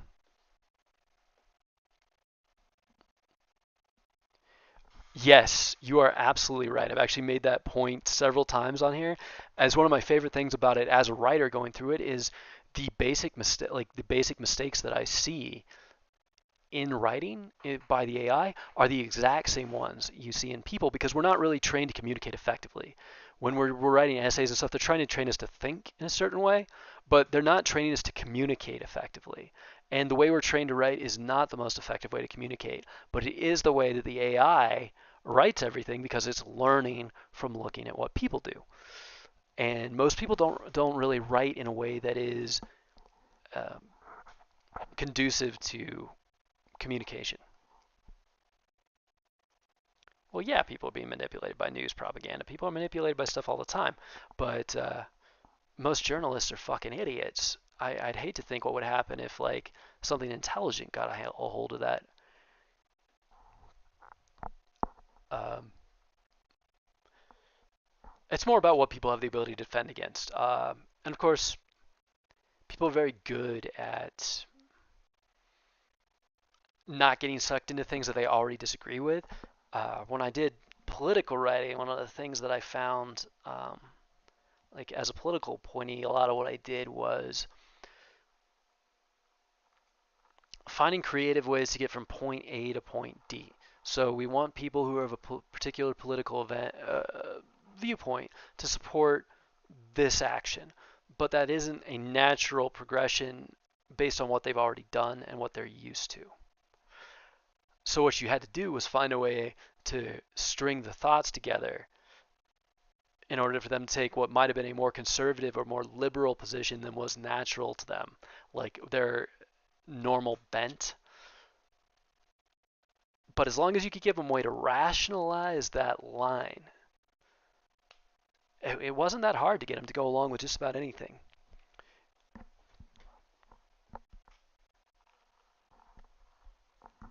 But, that's just people. And of course, one of the things that, like, that's the main reason I'm worried about the appeal to emotion over logic, because logic is very useful, but it's not very threatening. No matter how smart someone is, if you can get them angry or scared, they are stupid. It's just the way our brains work. Speaking of, it is very late here, and I have to work in the morning. Um, it's a secret 2022. Um, Thanks for stopping by. Thanks to anyone and everyone who stopped by. I think it's time to call it a night. I really appreciate you and everybody else that engaged on the chat. It is nice to not be talking in a vacuum. I mean, I'll talk to the computer all night and just get my work done, but it's nicer to actually talk with people.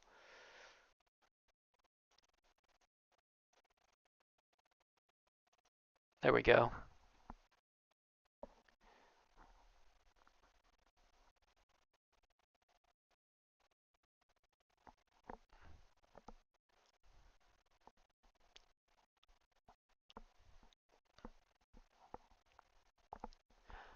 Well, it's learning from people in the sense that it's a statistical model. So it's placing each word and each phrase essentially by looking at how a million different people have responded to something, and then it's using that information to build a statistical model of what the right answer should be.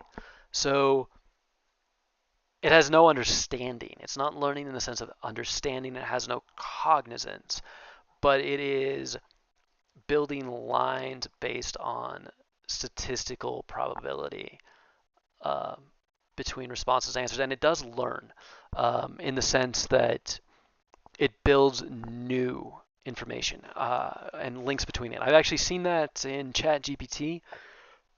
Excuse me, there was I asked it to summarize something, and in my feedback, I also added something that it hadn't thought of, that I had seen and thought of that it hadn't, and that actually showed up later on in something else that I was interacting with it with, almost word for word. So it had basically taken my response and it had added it to its canned response to this prompt. Now, what I don't know is whether it did that specifically for me or if it was doing that at some level throughout the entirety of its network. Like anybody else that asked that prompt now, whether it would include that. Interesting. I don't have an answer for that yet. Oh, yeah. The answer is, yeah. Not the right answer, but what the most popular answer is, sort of. There's a few different prompt methods for that. It will give you different answers depending on, for example, if you break out problems. There's some fun articles if you want to look it up on people doing like math word problems, like where it'll give you the wrong answer if you just ask it for the answer, but if you tell it to work it out step by step, it will eventually get to the right answer. Or it'll get to the right answer like 3 out of 4 times, and one time it'll get it wrong. So it's not just it's fuzzy. It's not defined lines. There's a fuzziness to it, which is, I think, probably where the power of the model comes from, but I don't understand enough of it yet to really be sure. There's a lot of edge cases where you can it does weird things and it gives you like this glimpse into what's going on under the hood, but it's not enough to draw like really strong conclusions on.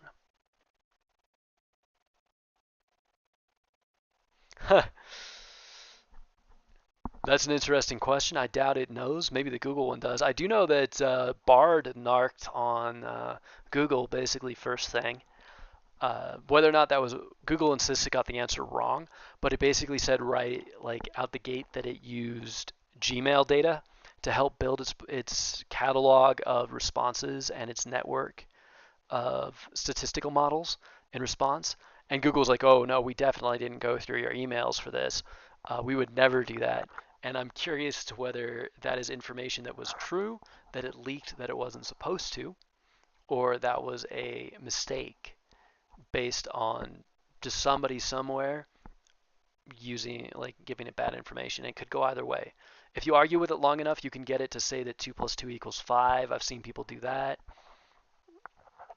You can get it to break a lot of its codes. Like I've got one version of it that I created for the fun of it, to be like an evil AI, and pretty much every message it pops up is this response may violate our terms of our like not terms of service, but whatever their version of their code of ethics. Real answer to be intentionally. I do not think they can be intentionally kept out. I think it would be really hard to put even the most rudimentary guardrails. People have been able to find ways around really quickly. People on Reddit have managed to get it to break almost all of its rules just by telling it wasn't ChatGPT. And they fixed that, but it's only a matter of time until somebody finds a new way around it. So in that sort of sense, it is a highly democratic form of communication. In that I think it will always cleave to the more popular viewpoints and probably give you 1 or 2 or 3 theories. But I mean, it would be very hard to keep a lid on it from a like censorship standpoint ever. But that's the thing though, it's not limited to programming input. It's limited to the database, which is sort of way too massive to account for. Um, the analogy I give is I used to work in like a big old lab building, and we used to have like, it was back in the old days where we had keys back in college, but these keys were like umpteen gajillion dollars if you lost them, and we were all broke college students, so you never wanted to admit that you lost yours, but you'd have to get in on the weekends and after hours to like work on experiments and stuff, and sometimes you lose your keys. Because this was a big building with many doors, it became sort of just like watchword, like just kind of a saying that there's always one door unlocked. And that's the thing. Like if you have a building with one door, security is easy. If you've got a building with a ton of doors, security, like keeping things locked down, basically non-existent. And if you have something like this where it essentially builds new doors and windows whenever the fuck it wants to, I don't think you can keep that locked down.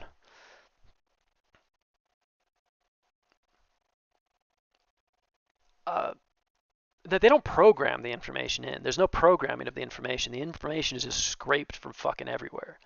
It's working like a search engine, like the spiders that crawl the web. Like that's what Google does. It just runs through web pages looking for keywords. It's a little bit more complicated now, but that's how it started. And they call them spiders. But they run through all the web pages. They view them. They open them up. They make like a little, like essentially category of what it's about. They analyze what it's about. They report it back to the search engine. And then when people look for those keywords, Google's like, this one, this one, this one. This thing's doing the same thing. It's going through and it's just looking at everything and bringing that knowledge in. But the people who programmed it, they programmed it to go out and seek the knowledge. They do not have control over what it's bringing back. They have limited control over the exact like specific situations. Like they can be like scenarios. Like if the word suicide pops up, maybe pop up the suicide hotline, which one of them, not either of these two, just added in because one of their AIs sort of convinced some guy in Denmark, I think, to commit suicide. Maybe Belgium or the Netherlands, some small European coastal country. But in any case, so I mean, I'm not saying people won't try to admit like control stuff, but I think it's really hard to do. Well, it's not about whether they want to, it's about whether they can.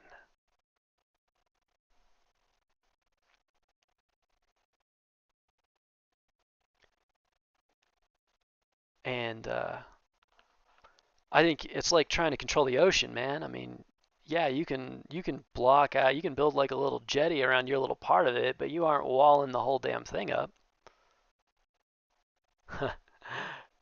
Yeah, I'm sure you can.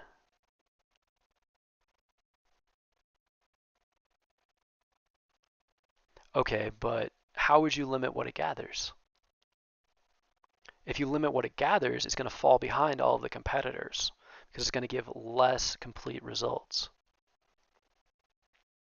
Creating falsified information, I mean, there's millions of sources for information. You're going to go out and you're going to create a million web pages that say one thing instead of another? I don't know.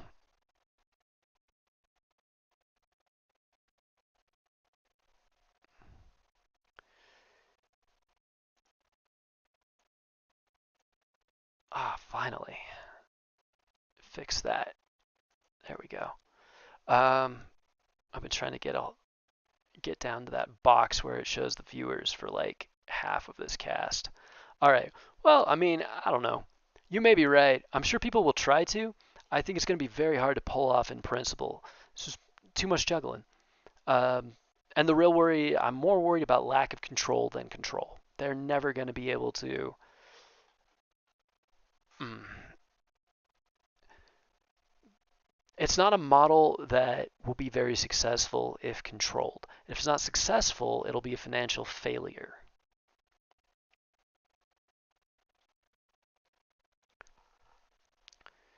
I mean, Google doesn't generate the content on the web, so they can try to filter it, but they're not very good at that either. Um, I mean, China tries to censor the web, and they're moderately successful at it while employing millions of people to do so. Um, People tend to be pretty good at finding ways around that stuff. I expect that language learning models will do better. I guess we'll see, but I wouldn't necessarily expect. Yeah,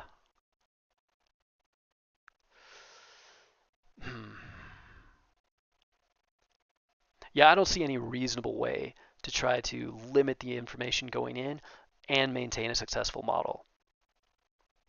It can be wrong easily, but trying to give it the right wrong answer, I suppose you could like program in the wrong answer to a specific question, but it doesn't give specific answers all the time. It gives fuzzy answers. So you wouldn't just have to program in the answer to one version of the question. You'd have to anticipate 10,000 different versions of it from 10,000 different people. You could try it. Overflowing it with misinformation might be a better strategy. Um, from a certain perspective, that's sort of what it is anyway, right? Like, it only knows what humans know. So if we have like a major, like, let's say what's a big sea change? Like, let's say we figure out that relativity doesn't work tomorrow. Like, we come up with a completely new mathematical model for how the universe works. I imagine this model would insist that relativity was the model for an extended period of time before it caught up with, like, before the overall knowledge of humanity moved it over. One other problem that people have brought up is that one of the biggest limiting factors where it might get a little confused is right now, because it takes these answers from the internet, right? It's things that people put out there, all the web pages everywhere, pretty much. It takes these answers from them. But the people who are generating those answers are generating them because it generates, like, either as a hobby or more likely because it generates some kind of revenue for them. Eventually, this will take their revenue away. So people are going to stop generating that information. They're not going to be updating these web pages. They're not going to be worrying about that stuff as much. So what happens in 5 or 10 years when everybody who was building this knowledge base has stopped bothering to do that? And now there's just this vacuum. And I don't have a good answer for that because it's just one of those things that's really hard to predict. But I am really interested to see how that like shakes out. Yeah, but if you look at the back page of Wikipedia, like have you ever looked at like the debates going on? Like it is a raging fight back and forth, um, between conservatives and liberals, which is also a very small group of people. Um, so that's actually a good example of like a really, really, really, really, really simple version of this, with mods with absolute powers, can barely keep this under control. So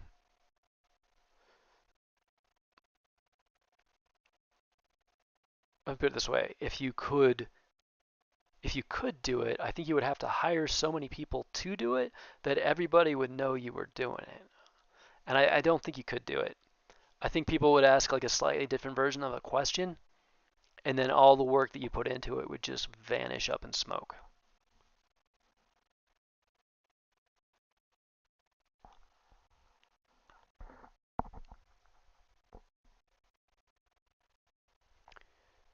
One thing that'll be interesting with that is the AI will have way more ability than we do to access and remember information.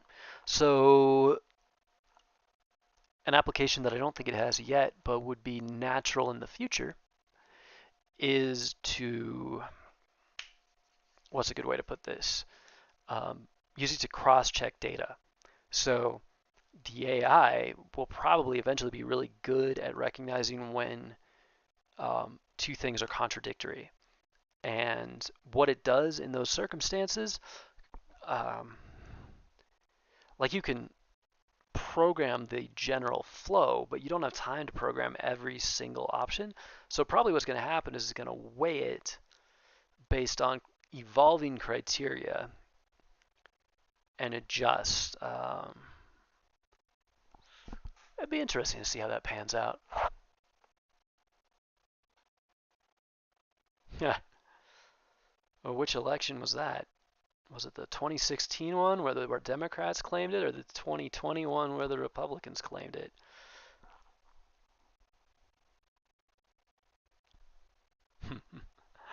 Oh, about the same as the Republican billionaires when it comes down to it. Interesting thing about that is massive diminishing returns. Like if you look at how much money people have invested in campaigns that haven't turned out, look at Beto O'Rourke, man. That guy has spent literally billions of dollars to win 0 elections. So I think people talk too much about money in elections. I think it's like gerrymandering. Like both parties are always trying to gerrymander it, like everything. But if you actually look at like the long-term results of that, they're so bad at it that it almost always doesn't work. Like they'll gerrymander it and they'll win like 2 elections and then they'll lose like the next 3 because they didn't take into account all the complexities of demographic changes in those areas. Some things are just too big to easily change course on.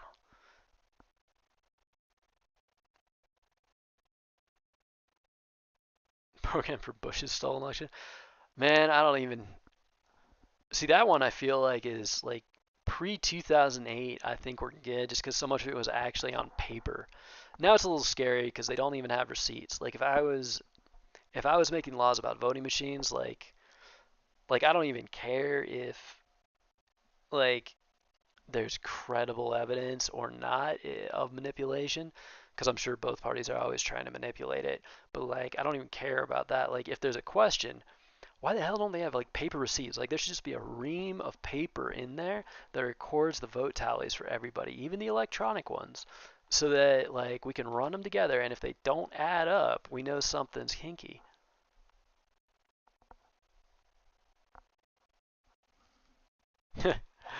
I don't know, man.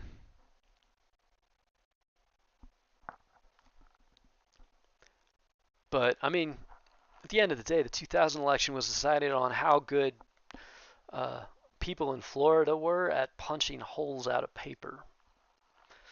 Um,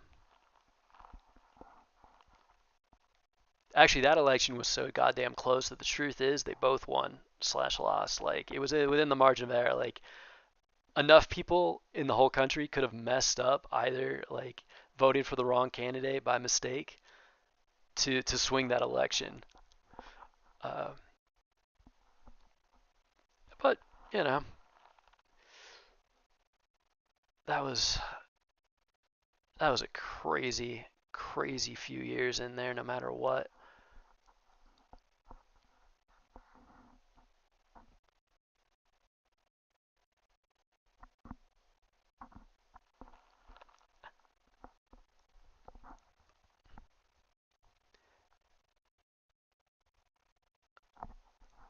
I like to think deep down that incompetence outweighs malevolence in most of these situations, but we'll see. I mean,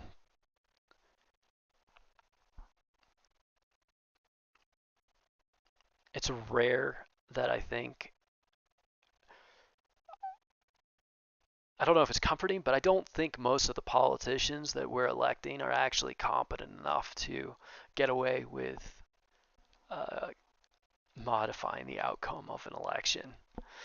Um, all right, it's 1 a.m. I really got to hit the sack here. You have a good night. Like I said, thanks for stopping by, and feel free to subscribe or show up again, or if not,